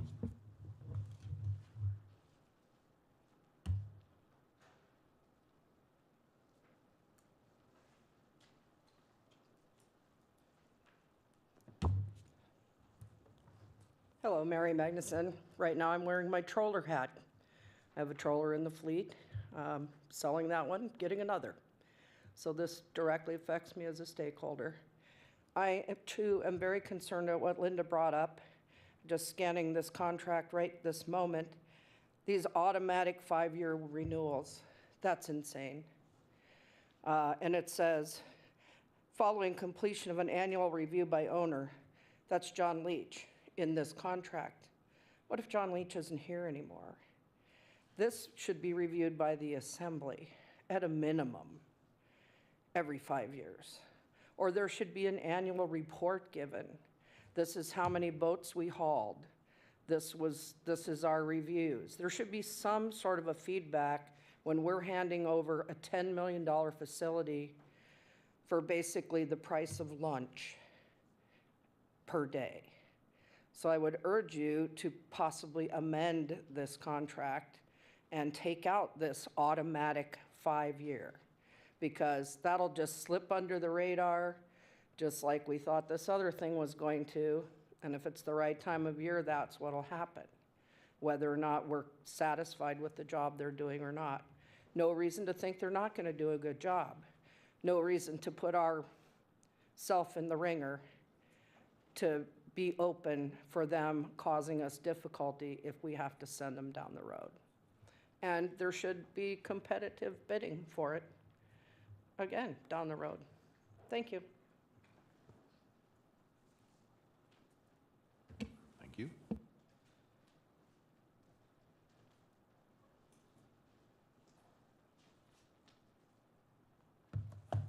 Hi, Megan Pasternak, co-owner of a commercial fishing vessel here in Sitka. I have been here since 1979, commercial fishing. I just today got a copy of the agreement and the contract, and so I haven't had time to really look it over. I don't know if it's been available to the public for very long or not. I don't think there's been a whole lot of notice put out there that it's available to look at. So anyway, I decided to today, just this evening, to concentrate on comparing fee schedules. And in May of '23, we hauled our boat at Allen Marine, and it was, I think, 5 to 6 days, I'm not sure. It cost us $2,900. In 2021, we hauled for 2 days, and it cost us $977.85. So I ran, going by this Exhibit C, all the fees and whatnot that I could come up with that would apply to us for 4 days, and it came out to about $1,800. But then there are things in this fee service, it's like employees' labor. Is that going to be additional? I don't have that on here. Some of these are just not very self-explanatory as to what these fees are. I'd like to see a little more delving into an explanation of some of these fees. And like I said, I haven't been able to read the whole document, so there are probably some other things I have questions on too, but that's it for tonight. Thank you. Thank you.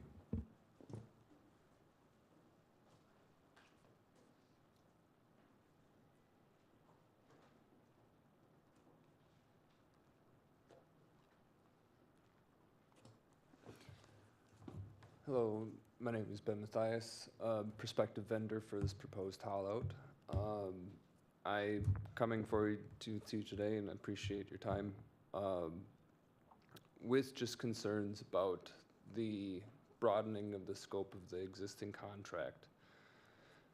With the Highmark being the chosen vendor to operate this haul-out,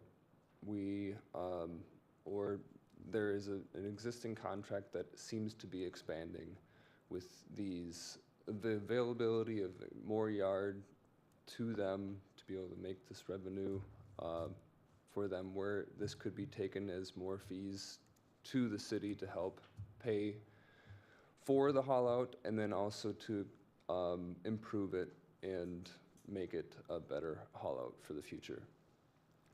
I feel like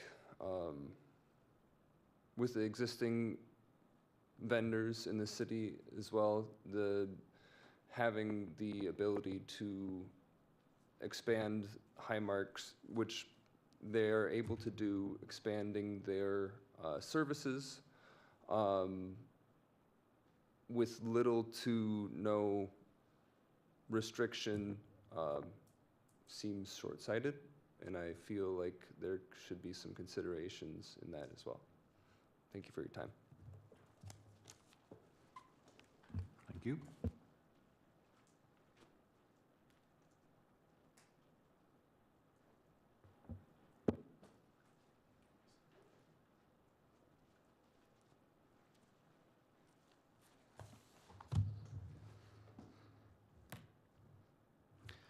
Hi there, my name's Jonathan Wolf. I'm a Sitka resident, and I also own a boat that could benefit from being hauled out. Members of the Assembly, Deputy Mayor, I want to thank you for your hard work on this project so far. Local HOD is a real public good.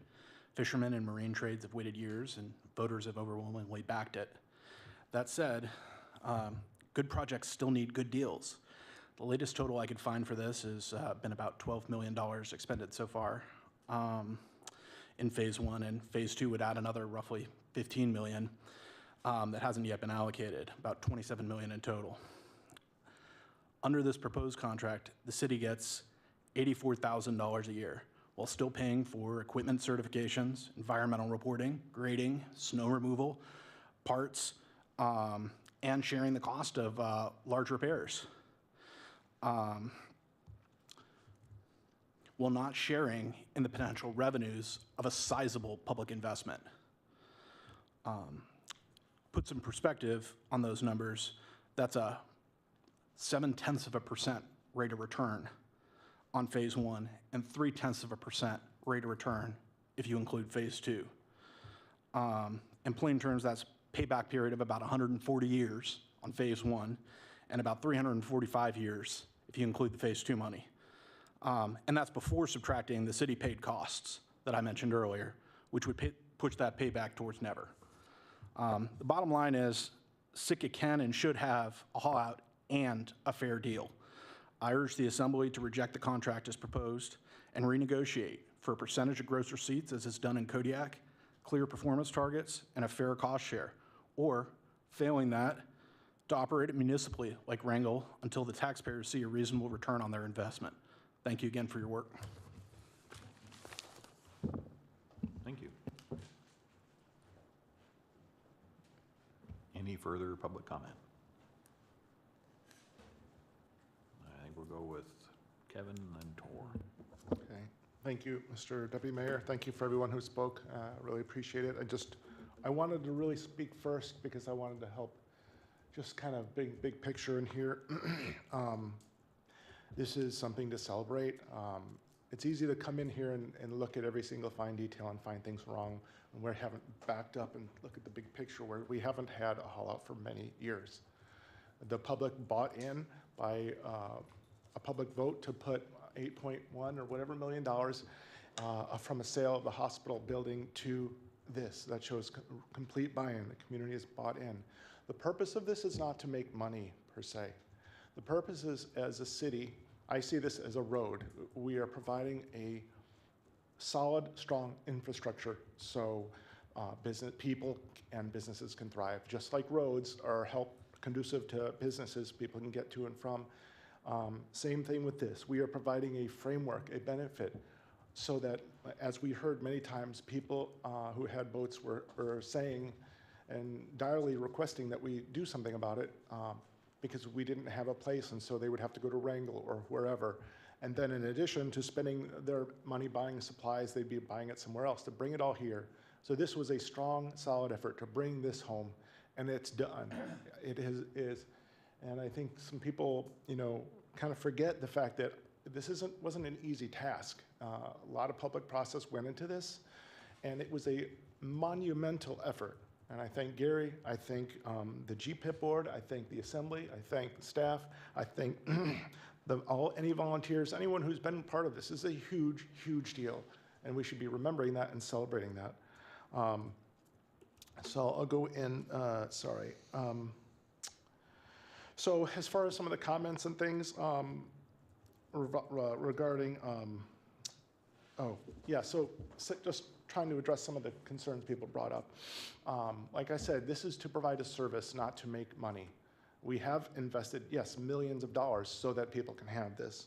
So, and we chose as an assembly to not have the city run it at this time, and that's not an easy task, right? This is no easy thing. So this negotiation was stressful and difficult.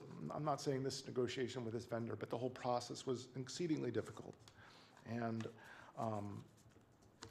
we almost came a couple times to not doing anything, people throwing their arms up. And same with this, these Harmark people, we have to, they're doing this not as a, they're doing this to make money too. So they have to have an incentive, just like anything in capitalism. It's beneficial in that their money cycles around, and they have to have be able to put money in it. And segueing for that is the automatic renewals. I just want to clarify, they don't have five-year renewals. They have 5 one-year renewals. And I liken that to, say, the old Sitka Chamber contract where they had a couple automatic renewals of the same type. So at max, they get another 5 years. And that is upon this discretion of the administrator. And I think it's similar to that with the chamber thing.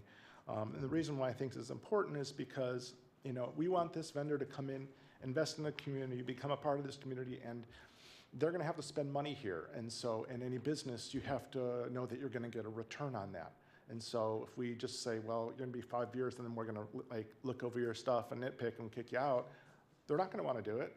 They have to have a reason to stay here. So I believe that if we were to go back on this contract and change and try to make it a little more money, there's a chance they could walk away. They don't have to be doing this. I don't think they would, but as long as they knew we were doing it in good faith. But at this point, after all the hard work, it's just like anything. It's not perfect, but I don't believe we can just go back and say, well, we demand this more or this much money, because they don't have to do this.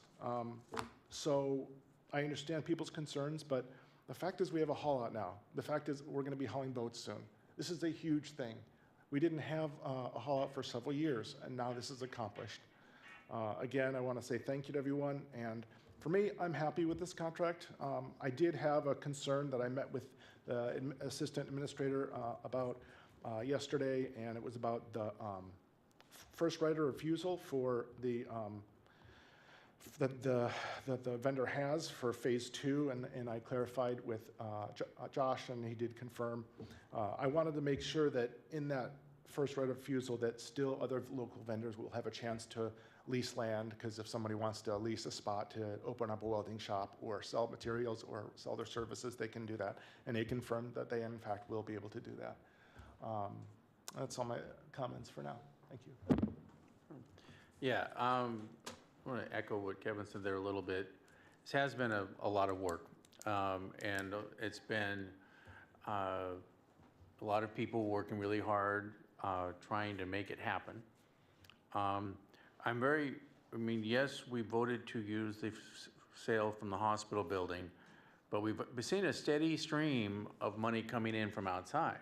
And if we do manage to work phase 2, which or parts, 1.2 or 1.3 to eventually reach phase 2, I think very little of that money is going to be coming from City of Sitka taxpayers, if any. I know that there's, I think, 5.6 currently in the budget, or working its way through Congress, that we may see for some more of the upland improvements. I think it's not in any particular order. That one thing to remember is this was a negotiation. I mean, Highmark gave things up, we gave things up, and that's the way it works. So anytime, if we try and change this, we're going back to the table.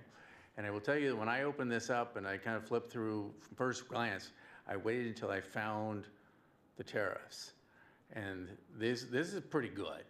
And that's part of the reason for some of these other things. I realize there's not very many boats under 30, but 1950, but 31 to 40, there's a lot there, 2150. 41 to 55, 2350, and the 55 and up, in other words, the limit seiners, they got money. Kidding. 2550. I think Chris caught that, yeah. But like I said, it was an open bid. It was just they were the only responsible bidder. And it was far from unanimous. One of the things that we shouldn't go with Highmark. One of the things that one learns on the assembly is that what is in the room is not necessarily everybody. People who are speak up, and we want to listen to them. The people who care, but it's not everybody. And I did receive a fair amount of communication saying that, yeah, Highmark knows what they're doing. And I think there's also no question. I know we're revisiting things, that if they tried to run this as a city department, we would be subsidizing it, not getting, the fact that we're getting anything back is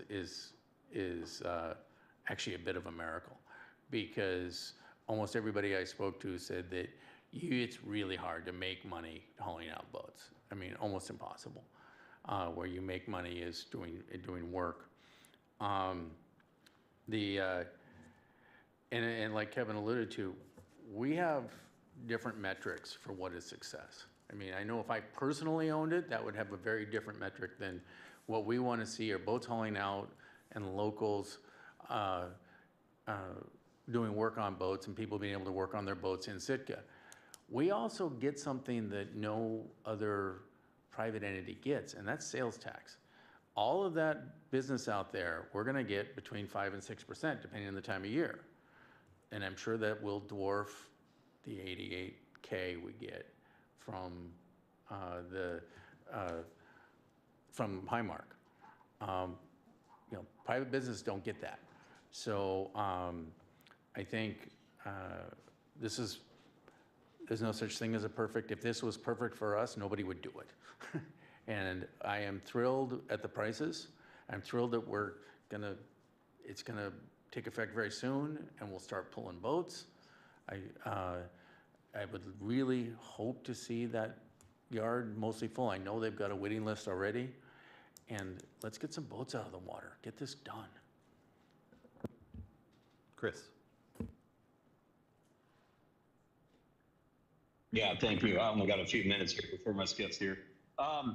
You know, first off, I just want to say a big thank you to Gary and Highmark for coming together and negotiating. I know when I opened up the packet the other day, I was pleasantly surprised by the rates, especially the dry dock rates. They came down way more than I expected. I think everyone sees the value in getting those numbers down, getting them competitive with some of our other Southeast communities. So we can get the long-term projects here in Sitka, and we know that that's where the money's made, not really hauling the boats. So, you know, big thank you to both Gary and Highmark and John. They did a phenomenal job. Yeah, this has been a long and oftentimes painful process. I have not enjoyed it. And, you know, I'm going to say it right now. It's one of the main reasons I got on the assembly was to see this haul out through how in whatever form it came. And yeah, I'm not happy with the way everything happened. I'm hoping the end results work out really good. You know, I do have a lot of faith in Highmark. You know, everything I've seen about them, heard about them. They seem to be a pretty good outfit. So I think they're going to fit in really nicely here. You know, I know a lot of people or some people here, the comments we've heard today, they're not really happy about the $84,000, but I'm happy to see it there. They've got something coming back to the city to help cover some of our costs. If we wanted more money, guess who's paying for it? It ain't Highmark. It's the fishermen. The fishermen are paying for it. That means our rates are going up. So, yeah, this is just a product of actually keeping our rates low and affordable and competitive with our other communities. Hey, if anyone wants to know what the last haul out was offering to pay the city, I'm more than willing to share that, but offline. Yeah, I'm happy to see this number. I think it works out. I would like to remind everyone this is our contractor that we should be paying. We are asking them to provide a service for us. So basically, they're kicking down some of the profits that they are seeing back to us, and that profit is coming off the fishermen, not Highmark Marine. It's the fishermen who are using this facility. I shouldn't say just fishermen, but vessel owners who are using the facility. Yeah, it's been a long process. I'm looking forward to it being complete. There's a lot of us looking forward to it being complete. I have constant calls asking me when it's going to be up and running. Everyone's waiting. We're waiting. A lot of maintenance has been deferred here in Sitka. So I'm happy to get it going here. I think the contract is decent. Really pretty pleased with the rates. I know the last meeting I made it very clear I wasn't all that excited about them, and at this point I'm pretty pleased. So yeah, I look forward to using this facility here shortly. So I guess that's it for me for now, and I'm gonna close up and haul this one back. Thank you. Ms. Carlson. One more voice to the choir of thank you. There's obviously a lot of work that goes into this from multiple departments, from GPIP board, administration, clerks, our attorney's office, the review there. So thank you to all for the diligence in bringing this one through, and negotiating down that rate, lower fees by $3 from when we looked at this last in March. The Assembly spent $700,000 to do that from general fund to secure that for the community. So that was something we knew we offered, so it's nice to see that come back in this negotiated rate. Where, if this is a question for Josh, maybe Brooke here in the audience, where does that 84,000, those fees and crews that are coming back to the city, what fund does that go in? Is that general fund? Is that GPIP enterprise? Where are we going to receive that money? It's going to be going into the GPIP enterprise fund. Thank you. That's helpful. So you'll have some money there to set aside for some snow removal or whatever we're told is whatever we see in that contract and that list of scope that city needs to provide. Another kind of question, if Rachel's still on the line, if you could help kind of me understand, what does that annual review look like from the section, or maybe Josh knows, whoever can kind of help me piece that together. It says review, by owner, and the administrator is for owner, as listed. And how would that come? I know it's similar language to the Visit Sitka contract that we're all probably very, very intimately aware of in the last 6 months. But is there an opportunity or at the discretion of the administrator to open it up for public comment, or is there some kind of internal review with the attorney and the administrator? Whoever wants to comment. Rachel, are you still available? I am here. JJ, from the legal end, that would be compliance, just with provisions in the contract. In terms of benchmarks for performance, that would be a question for the administrator, the assistant administrator. Thank you. Thank you, Rachel. Yeah, that works. The Assembly has a great relationship with administration, so if we, ever put forward a discussion direction on this topic, I'm sure they'd be very receptive to looking at what that review is and hearing the Assembly's voice on that. So there's nothing in that here that looks consequential for denying this. There's a lot going on, and we've all put a lot of effort into getting here, and I'm just pleased that we're here and that it's still summer and that there's still some opportunities before that heated washdown pad is needed. So the temporary provisions we've heard of are going to do well.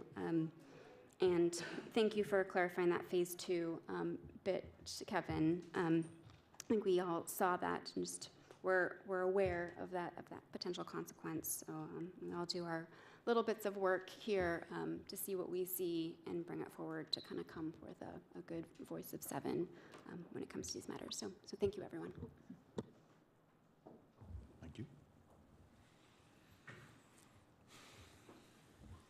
When this process started, it was there were full rooms. There were a lot of people talking to us. There were a lot of people commenting, and I think there were a few things that I took away from that, and I think the Assembly as a whole took away from that. One was keep the costs down.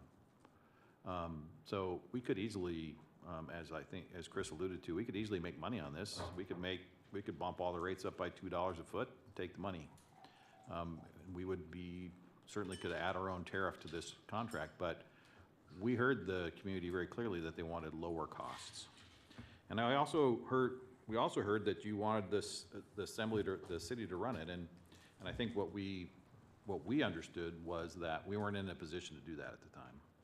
and that we needed someone to get this yard up and running, because the other piece that we took away from it was, we want it now. We want it yesterday, actually. And this is a very strong need in our community. And so based upon those three criteria, now, cheap, and we wanted to run it in a way, this is the contract that fits with those things. Is it everything we want?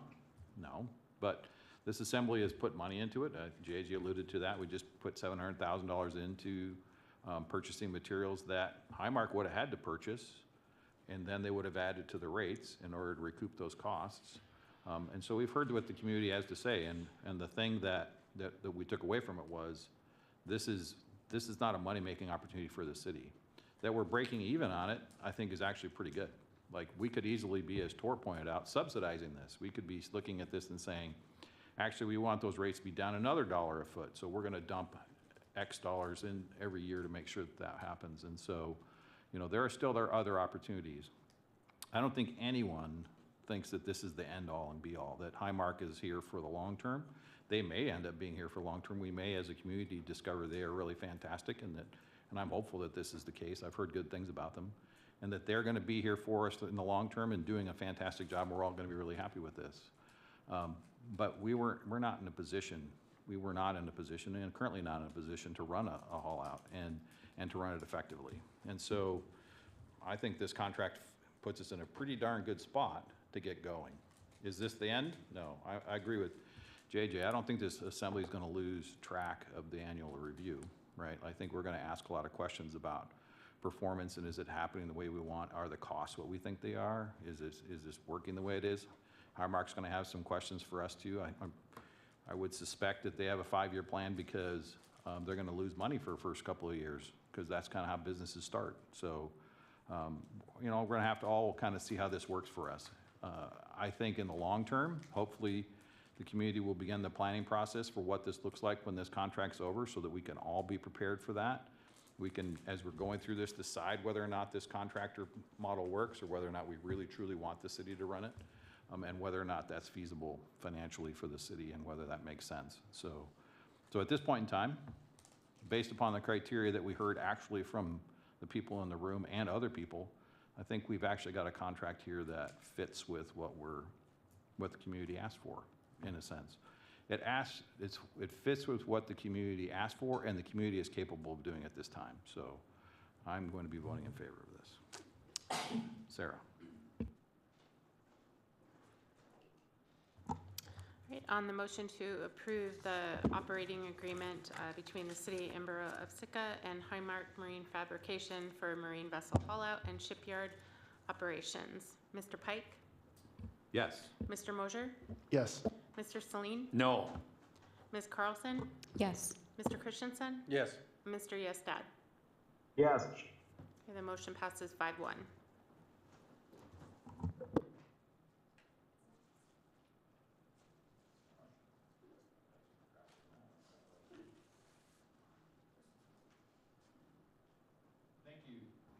Thank you. That brings us to persons to be heard. This is on any item on or off the agenda, not to exceed 3 minutes. If anyone has a comment they would like to offer to us and persons to be heard, please step forward and state your name for the record.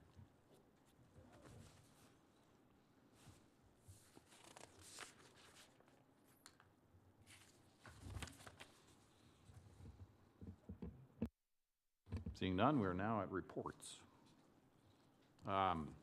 The mayor is out of town. I would just like to, I'm just going to comment about this last item we just had. I think also would like to thank everyone's work on this item. I know this has been a point of contention for the community, and very, actually, and I appreciate everyone's comments and everyone's civility on this issue as well. This has been a very well-done process. It shows Sitka in its best light in terms of having a conversation and a discussion and a disagreement in a respectful and civil manner. So I appreciate that, and I think I look forward to hearing how this goes, and I will be very interested to see as it goes forward. Mr. Brandhoover.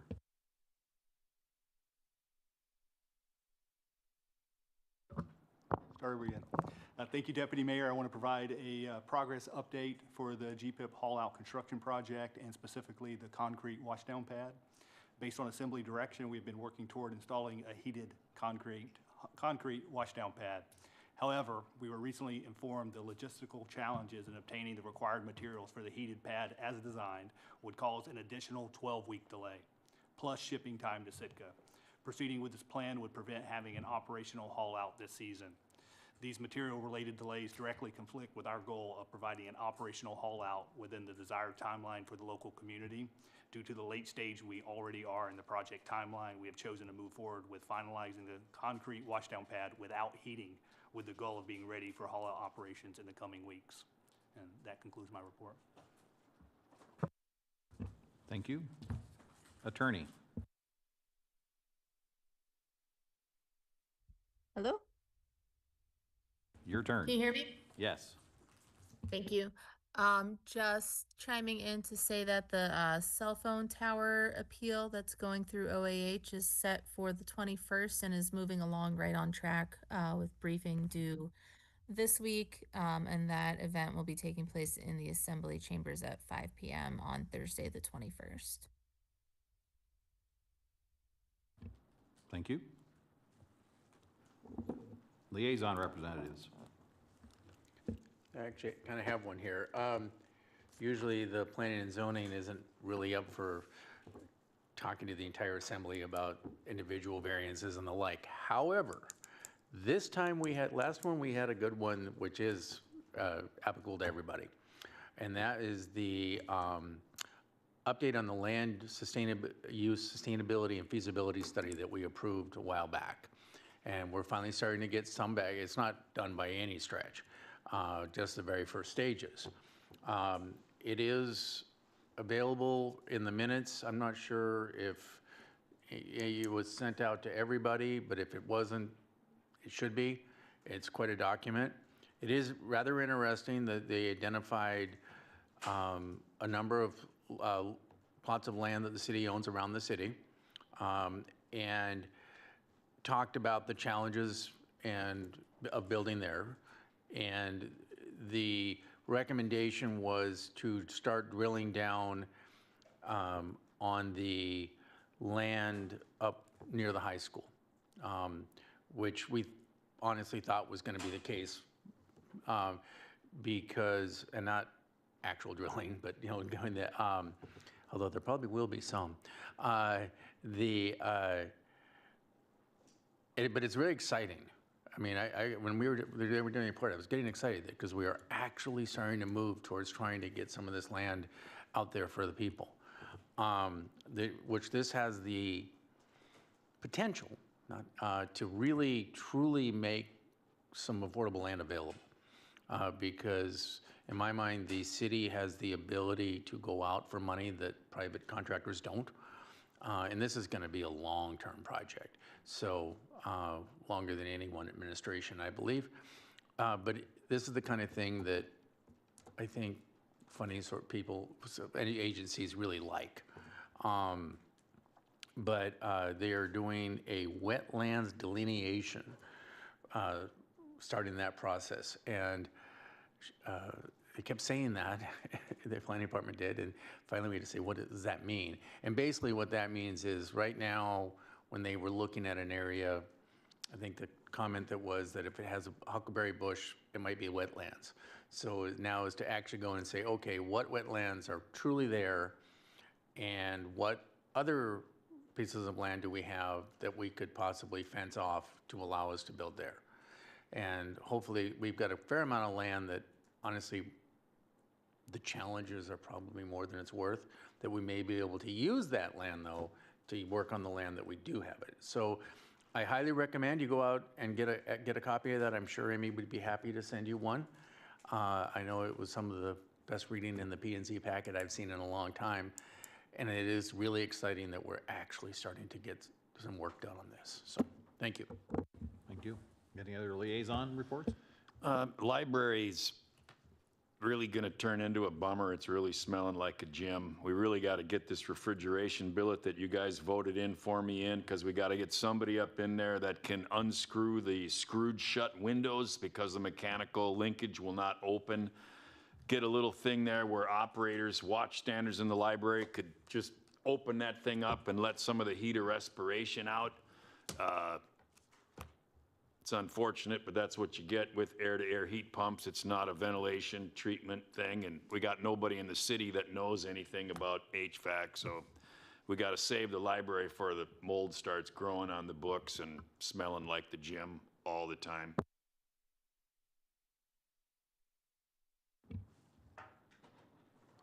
Clerk. The clerk's office is busy gearing up for the municipal election. Candidate filing closed last Friday, so I'm working to finalize the ballot. We are also in the process of verifying signatures that were turned in on our latest citizen initiative. I hope to have those finished by early next week, and then we'll see if there's enough to go forward. With that question on the ballot, everything for the ballot needs to be buttoned up by the end of the day on August 22nd. So we'll be working to get that done. Thank you. No executive session. Tori, you're up. Adjournment. Motion to adjourn. Why are you looking at me? All in favor say aye. Aye. Any opposed? Aye.